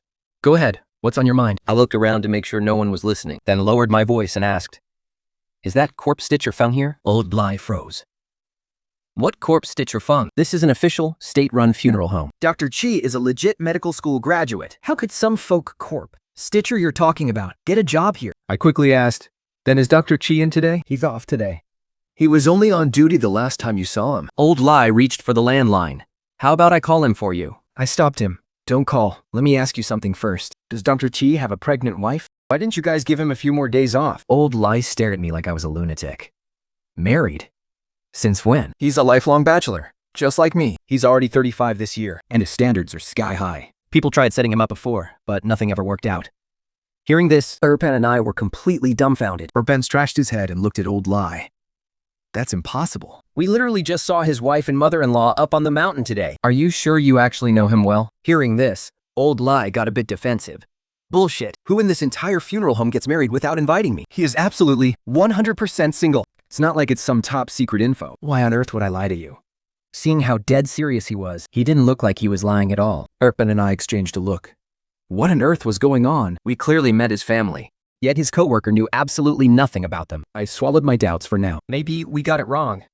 Can you tell us a bit about Dr. Chi's background? Old Lai glanced at me, then squinted at a clueless Erpan. Are you guys investigating Dr. Chi? I mean, I could tell you, but our chubby friend here has to promise me one thing. I cursed inwardly. This old rascal was playing his usual games again. He ripped me off last time, and now he's targeting Erpan. He really is a shameless old scamp. Erpan frowned. I don't have any money. I have to rely on Tanya just to feed myself. Yeah, the scoundrel chuckled slyly. Come on, talking about money ruins our friendship. We're all brothers here. We're all druthers here. I only have one request. Save my life when the time comes. I really can't afford to track this out any longer. The longer we stall with this spirit business, the messier it gets. I quickly agreed on Erpang's behalf. Deal. Now spit it out already. But you, the scoundrel, insisted on hearing it from Erpang himself. So I gave Erpang a look. He nodded. Fine, deal. Can you tell us now? Yeah, the scoundrel's face instantly lit up. He lit a cigarette. As the smoke drifted through the room, the scoundrel began his story. Dr. Chi's real name is Ming. He was a top-tier student through and through. He got straight A's growing up, and his parents kept a very tight leash on him. Later, he followed his family's wishes and studied medicine, specializing in skeletal anatomy. Even in med school, he was the absolute top of his class. Everyone thought he was guaranteed a spot at a major hospital with a bright, limitless future. ahead of him. His family had already prepared a massive celebration feast and bragged to all their relatives and friends, telling them they could count on Qiming if they ever got sick. But reality slapped them hard in the face. Not a single one of those major hospitals accepted him. Meanwhile, the classmates who were nowhere near as good as him, by pulling strings and relying on family connections, either got into prestigious hospitals or ended up at the provincial hospital. The worst off among them still got a cozy job at a local clinic. Yet he, the top student in the entire school, was left completely empty-handed. The brutal blow almost drove Qiming to suicide. Eventually, he resigned to his fate. He went from hospital to hospital for interviews, but he was rejected every single time. Only then did he finally realize this world doesn't care about talent. It doesn't care about degrees. It's all about connections, favors, and who you know. After hitting dead end after dead end in his job search, and utterly heartbroken, Qiming gave up on orthopedics altogether. He ended up taking a job as a hearse driver. Besides, other than knowing human anatomy, all he knew how to do was drive. This job paid really well, and the working hours were short. It was a perfect fit for him. He was a steady worker and would always pitch in to help carry the bodies. Before long, he caught the eye of the funeral home's female director, who was in her 30s. After digging around, she found out he was actually a top-tier college graduate with stellar academic records. Right away, she knew he was a rare talent. She pulled some strings to bypass the rules and hired Qiming as an executive practitioner at the funeral home. Honestly, it was just the work of a corpse stitcher. But thanks to his solid knowledge of human anatomy, 秀明handled the job with absolute ease. to make sure he stayed, the director even secured him a permanent government contract. So, Qiming settled down and worked there peacefully for 5 years. His personality slowly brightened up, and they got along great with his coworkers. Several of the older staff members even tried to set him up on blind dates, but every single match fell through. No one at the funeral home had any idea he actually had a wife. Hearing this long story, Apang and I couldn't help but feel suspicious. We had clearly seen Qiming's wife before, but looking at his situation, he didn't seem married at all. Plus, Qiming had kept his profession a complete secret from Yaria, seeing us stay silent. Lo Yu Offered to help dig up more info. I turned him down. We don't have any evidence yet, and I don't want to start any baseless rumors. Now that the trail has gone cold, Our only choice is to find a breakthrough with the female boss. So Erpang and I got up and left the funeral home. It was hard to catch a cab on that winding mountain road. As we were walking, a horn honked behind us. We turned around and saw the gorgeous girl who drove the sports thing last time. She smiled and gestured for us to get in. I quickly pulled up Erpang, who was still standing there dazed, and hopped in. And sitting in the back seat, Erpang suddenly remembered. Hey, isn't she the one who drove you back to the shop last time? I smiled, nodded, and asked the beauty if she worked nearby. She started up the car. She casually mentioned her home was nearby. For the rest of the ride, she gave aloof replies, clearly not in the mood to chat much, but she still answered whatever we asked. Sitting in the back seat, Erpang couldn't help but ask, "Hey, Master Feng Shui, what is going on here? One minute you have a wife, and the next you don't." I was exasperated. Hearing this, I quickly glared at him through the rearview mirror. We really didn't want anyone to know about this. I had only met her twice. Flee? So there was no need to say too much. Before I could even speak, the woman actually asked first. Qiming? Are you talking about Dr. Qi? I froze. She actually knew Qiming. The woman smiled. No need to be surprised. I live nearby. We're all neighbors. So of course I know him. I muttered to myself in doubt. There were absolutely no residential buildings near the funeral home. Where on earth did she live? As if reading my mind, the woman said, "You're not from around here, are you? My place is in the villa district behind the funeral home. I occasionally give the staff over there a ride. I heard that Feng Shui master is very young and highly capable. Quite a few girls like to flirt with him." Pang looked at the woman with a face full of curiosity. Hey, Beauty in Red, what do you do for a living? Living in a villa and driving a sports car. I immediately cut Erpang off. You're just hitching a ride. Why are you asking so many questions? It's none of your business what she does. Actually, I had already figured it out. Her cheeks were full, her bone structure was excellent, but she had fox eyes, and her lips naturally curved upward at the corners. The textbook face of a mistress. For someone so young to live in a villa and drive a luxury car, even a fool could guess what was going on. Erpang mumbled reluctantly. You already have a wife, and you won't even let me get to know some girls? The woman chuckled. I don't have a job. I just go to bars for drinks when I'm bored at night. These words only confirmed my suspicions. Still not giving up? Erpang asked. No job, just drinking. And you can still drive a luxury car? Could I do that too? This made the woman burst into laughter. I'm afraid you wouldn't cut it. After the joking around, the woman took the initiative to ask, what are you trying to find out about Dr. Qiming? Meeting twice is fate. After all, I actually have a friend who works in the relevant department, so they can help you look into it. Hearing this, a surge of excitement shot through me. Talk about an unexpected windfall from just hitchhiking. There is an 80% chance this friend of hers is that big boss. I scratched my head sheepishly. Oh, then I'd hate to trouble you. But honestly, we're actually sort of related to him. Keeping her eyes on the road, the woman asked, Related? I quickly scrambled to make up an excuse. Yeah, exactly. My cousin works here in the city, and she's got a massive crush on him. But she's too shy to confess. So she wanted us to find out if he's married. So we could help play matchmaker. The woman smiled. Helping your cousin find love? I'm in. It's always good karma to play matchmaker. My face lit up instantly. Really? Don't worry. I'll ask my friend to look into it right away. I'll have news for you tomorrow morning. Hearing this, I secretly marveled at her sheer confidence. Her friend must hold a powerful position. They're definitely not just some low-level staff. My destiny as the Underworld Emperor is truly blessed. Opportunities just keep coming my way. My luck is almost terrifyingly good. No matter what happens, I always manage to turn danger into safety. The car finally pulled into the city center. The flashing neon lights and bustling nightlife looked incredibly lavish. But suddenly, I felt a pang of homesickness. Sure, we were poor. And our village was run down. But I had my stubborn grandfather. My dad, who was always sighing. My gentle mother and my grandmother, who passed away 5 years ago. She was always so good to me back then. But unfortunately, those days are gone forever. I stared out the window and let out a soft sigh, sensing my shift in mood. The woman asked, with a warm smile. Does the night always make you sentimental? I barely stay home at night. I'm always out having fun. Why don't you come with me to a bars for a drink? Before I could even say a word, Erpan chimed in and agreed. Sure, why not? We've got nothing else to do anyway. My dad always said city bars are the best places to find a partner. The woman laughed again. Your friend is really hilarious. I scratched my head. Yeah, real hilarious. But, the thing is, I'm already a taken man, so it's not really appropriate for me to, you know. Hearing this, the woman looked at me with a hint of surprise. How old are you even? 20 at most? And you're already married? I gave another awkward laugh. To be honest, I'm actually 18. I won't hide it from you. I've been a taken man since I was 3 years old. Well, not legally married, just an arranged childhood betrothal. I'm from the countryside. The woman nodded. So, is your wife pretty? Just as I was about to speak, Think Dak, that absolute clown, chimed in eagerly. no way, man. His woman is drop-dead gorgeous. Even prettier than you. Hearing this, the woman looked at me with genuine interest. Oh, really? You're a lucky man. Now I really want to see what kind of stunning beauty she is. Who knows? Maybe we could even be besties. I froze instantly. Wow. She really knows how to tease. With Yingquan's prosty personality, There's no way on earth she'd ever become your bestie. If anyone told me Yingfang could actually be friends with someone, I wouldn't believe it, even if they beat me to death. so I tried to laugh it off awkwardly. Maybe when there's a chance. She isn't really the social type. the woman burst out laughing again. Little brother, you seem absolutely terrified of your wife. Why do you look so panicked the second she comes up? With that, she pulled the car over at the entrance of Bicey Street. And looked at me with a playful, teasing gaze. I immediately let out a loud laugh. Hector's. How is that even possible? Don't get me wrong. Yeah, I have a wife, but I'm not afraid of her at all. At home, she's the one who pours my foot washing water. And if the temperature is off by even a bit, I straight up slap her across the face. That's how it is. This immediately cracked her pang up. Though he was trying his absolute best to hold it in. The woman didn't press the matter further. So, which shop is yours? I'll come find you tomorrow after I finish my investigation. I waved my hands frantically. No, that's really not necessary. Plus, you won't be able to get your car in here anyway. Just stay in this same spot tomorrow and dial the landline at 788. I'll come out and find you. He glanced at me and said, "See you tomorrow then."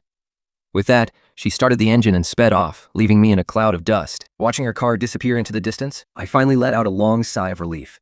That look she gave me, right at the end, Did she realize I'm terrified of Yin Shuang finding out? the moment she was gone, Fatty couldn't hold it in anymore and burst into hysterical laughter. Man, you are such a bullshitter. Since when did I ever bring you water to wash your feet? And the temperature wasn't right? You just make this stuff up on the fly. God, you're killing me. I gave Fatty a freezing cold stare. His laughter cut off instantly. Do you want to eat or not? Fatty immediately shook his head, dead serious. On cue, his stomach let out a loud growl. I turned around. Actually, I'm starving too. We saved on taxi fare coming down the mountain today. So we are definitely splurging tonight. Fatty immediately rushed to catch up, asking with a face full of excitement. Teen, my man. How are we gonna splurge? What are we eating? Walking inside, I waved my hand grandly. First, we buy 2 value packs of instant noodles. Those things are huge. Next, we grab 2 sausages. And to top it off, a marinated egg. Hearing this, Fatty pouted. That's your idea of splurging? I whipped my head around to look at him. I wasn't finished. What's the rush? A glimmer of hope returned to Fatty's eyes as he stared at me. I picked my nose. Fine. We'll add a side of pickled veggies. Happy now? Back inside the shop, Fatty was chasing me around, screaming, Han Tiangang! You said we were getting marinated eggs. Why are you hogging them all? I nimbly dodged his advances. Because of his heavy build, he couldn't get anywhere near me. As I ran, I stuffed the egg from the noodles straight into my mouth. Out of breath, Fatty finally gave up. He leaned against a nearby table, panting heavily, glaring at me with pure hatred. I grinned at him. Hey, I said I'd buy the egg, but I never said who got to eat it. But maybe we were being too loud because Ying Shuao, who was sitting at the counter, finally snapped. Could you two please shut up? The moment those words left her mouth, And Pa and I both shut up and behaved. we both sat meekly at the table, pouring hot water into our instant noodles and eating. Yin Shang's icy voice drifted from behind us. I'll give you one more day, at most, to deal with that old lady. If you can't handle it, starting the day after tomorrow, you aren't allowed to sleep at night. You can go hop like a zombie in the backyard. Hearing this, I quickly turned to look at her. Ms. Yin, you have no idea how complicated this whole thing is. The more I dig into it, the messier my head gets. Xiafeng has a baby spirit attached to her. I followed the clues all the way to Wei Yi Mountain And ended up running into a guy named Yao Yue. He has a baby spirit attached to him too. In response to my endless rambling, Ames well cut me off coldly. Only useless men complain about things being too hard. Capable men are already finding ways to solve them. But I was never capable in the first place. You just threw a book at me and told me to read it myself. sure, I've memorized the whole thing. But I haven't actually learned how to use any of it. I want to go in there and absolutely kick some butt too. But I don't even know how. Before I could even finish my sentence, Yin Shang set down her book and slowly looked up. Are you blaming me for not teaching you? the moment her powerful aura flared up, I immediately swallowed hard. No, it's just that I'm a slow learner. With that, I sheepishly turned back, ready to eat my noodles. But as soon as I turned around, I realized my cup of noodles was completely empty. Even the soup was bone dry. I looked over and saw Pang patting his stomach, looking thoroughly satisfied. Pang, you jerk! You stole my noodles! I seriously wanted to throttle the guy. But then, Yin Shuang's voice rang out from behind me again. In that case, I will teach you tonight. Follow me to my room. Having said that, she stood up and walked toward the back of the house. By now, her movements were completely like a normal person's. You couldn't tell at all that she used to hop around like a corpse. I glared at Pang. I'm going to starve you to death tomorrow. With that final threat, I turned and followed Yin Shuang. She slowly made her way up the stairs, Watching her gorgeous, slender figure, and catching the lingering scent of her perfume in the air. knowing that our destination was her bedroom, My heart started pounding wildly against my chest. My mind began to race with all kinds of wild thoughts. Her body isn't stiff anymore, and she actually has a breath now. does this mean we can finally do intimate things like a real husband and wife? Yin Shang pushed open the door and stepped inside. I hesitated for a brief moment before following her. I stepped inside. Instantly, a fresh, clean fragrance wafted over. I looked around the room. Her bedroom was furnished very simply. Just a bed, a desk, and a vanity table. There was absolutely nothing else. Seeing me standing at the doorway in a daze, Yin Shuang's voice rang out. Get on the bed and take off your clothes. Hearing this, I froze instantly. I stared at her in utter disbelief. What did she mean?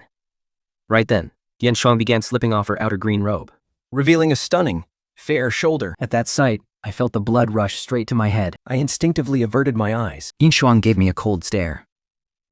What are you standing there for? Are you waiting for me to strip you?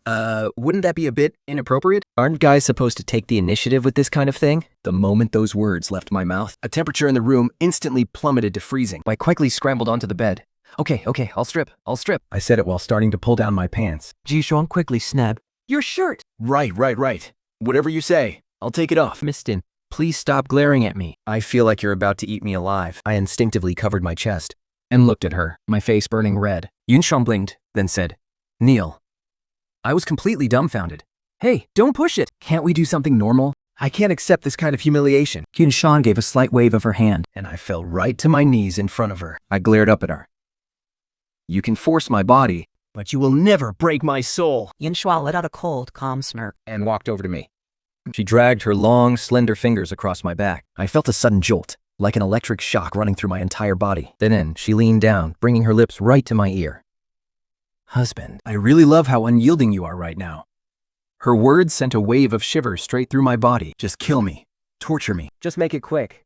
Yin Shan smirked coldly in response. With a flick of her wrist, a burning bundle of incense appeared out of nowhere. Before I could even react, she jammed the hot incense right into my shoulder. The searing, agonizing pain made me drop to my knees on the bed, screaming out loud. But Yin Zhuang showed absolutely no sign of stopping. The fact, she pressed down even harder. The continuous burning had me cursing left and right from the pain. Within moments, my bare chest was completely drenched in sweat. Yet this woman, Yin Shuang, didn't show a single shred of pity. If you want me to teach you, You must first perform the apprenticeship ritual. These incense scars are the only way to enter my sect. Hearing this, I was filled with frustration. What kind of sick apprenticeship ritual is this? Who gets off on torturing people like this? Once I lay flat on my stomach, Yunshuang's hands landed on my shoulders. First, she gave them a gentle squeeze. Then, with a strange, sudden twist, the next second, I clearly heard my bones pop. Then, she quickly moved to my shoulder blades. Another loud crack echoed. But strangely, it didn't hurt at all. Instead, an incredible sense of relief washed over me. Naturally, I started making some highly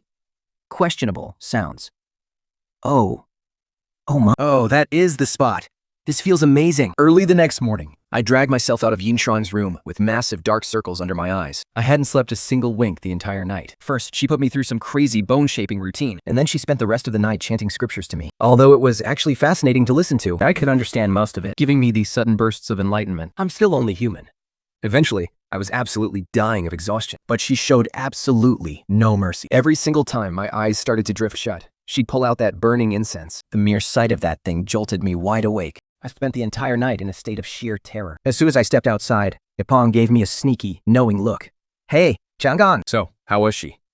I rolled my eyes and waved him off impatiently.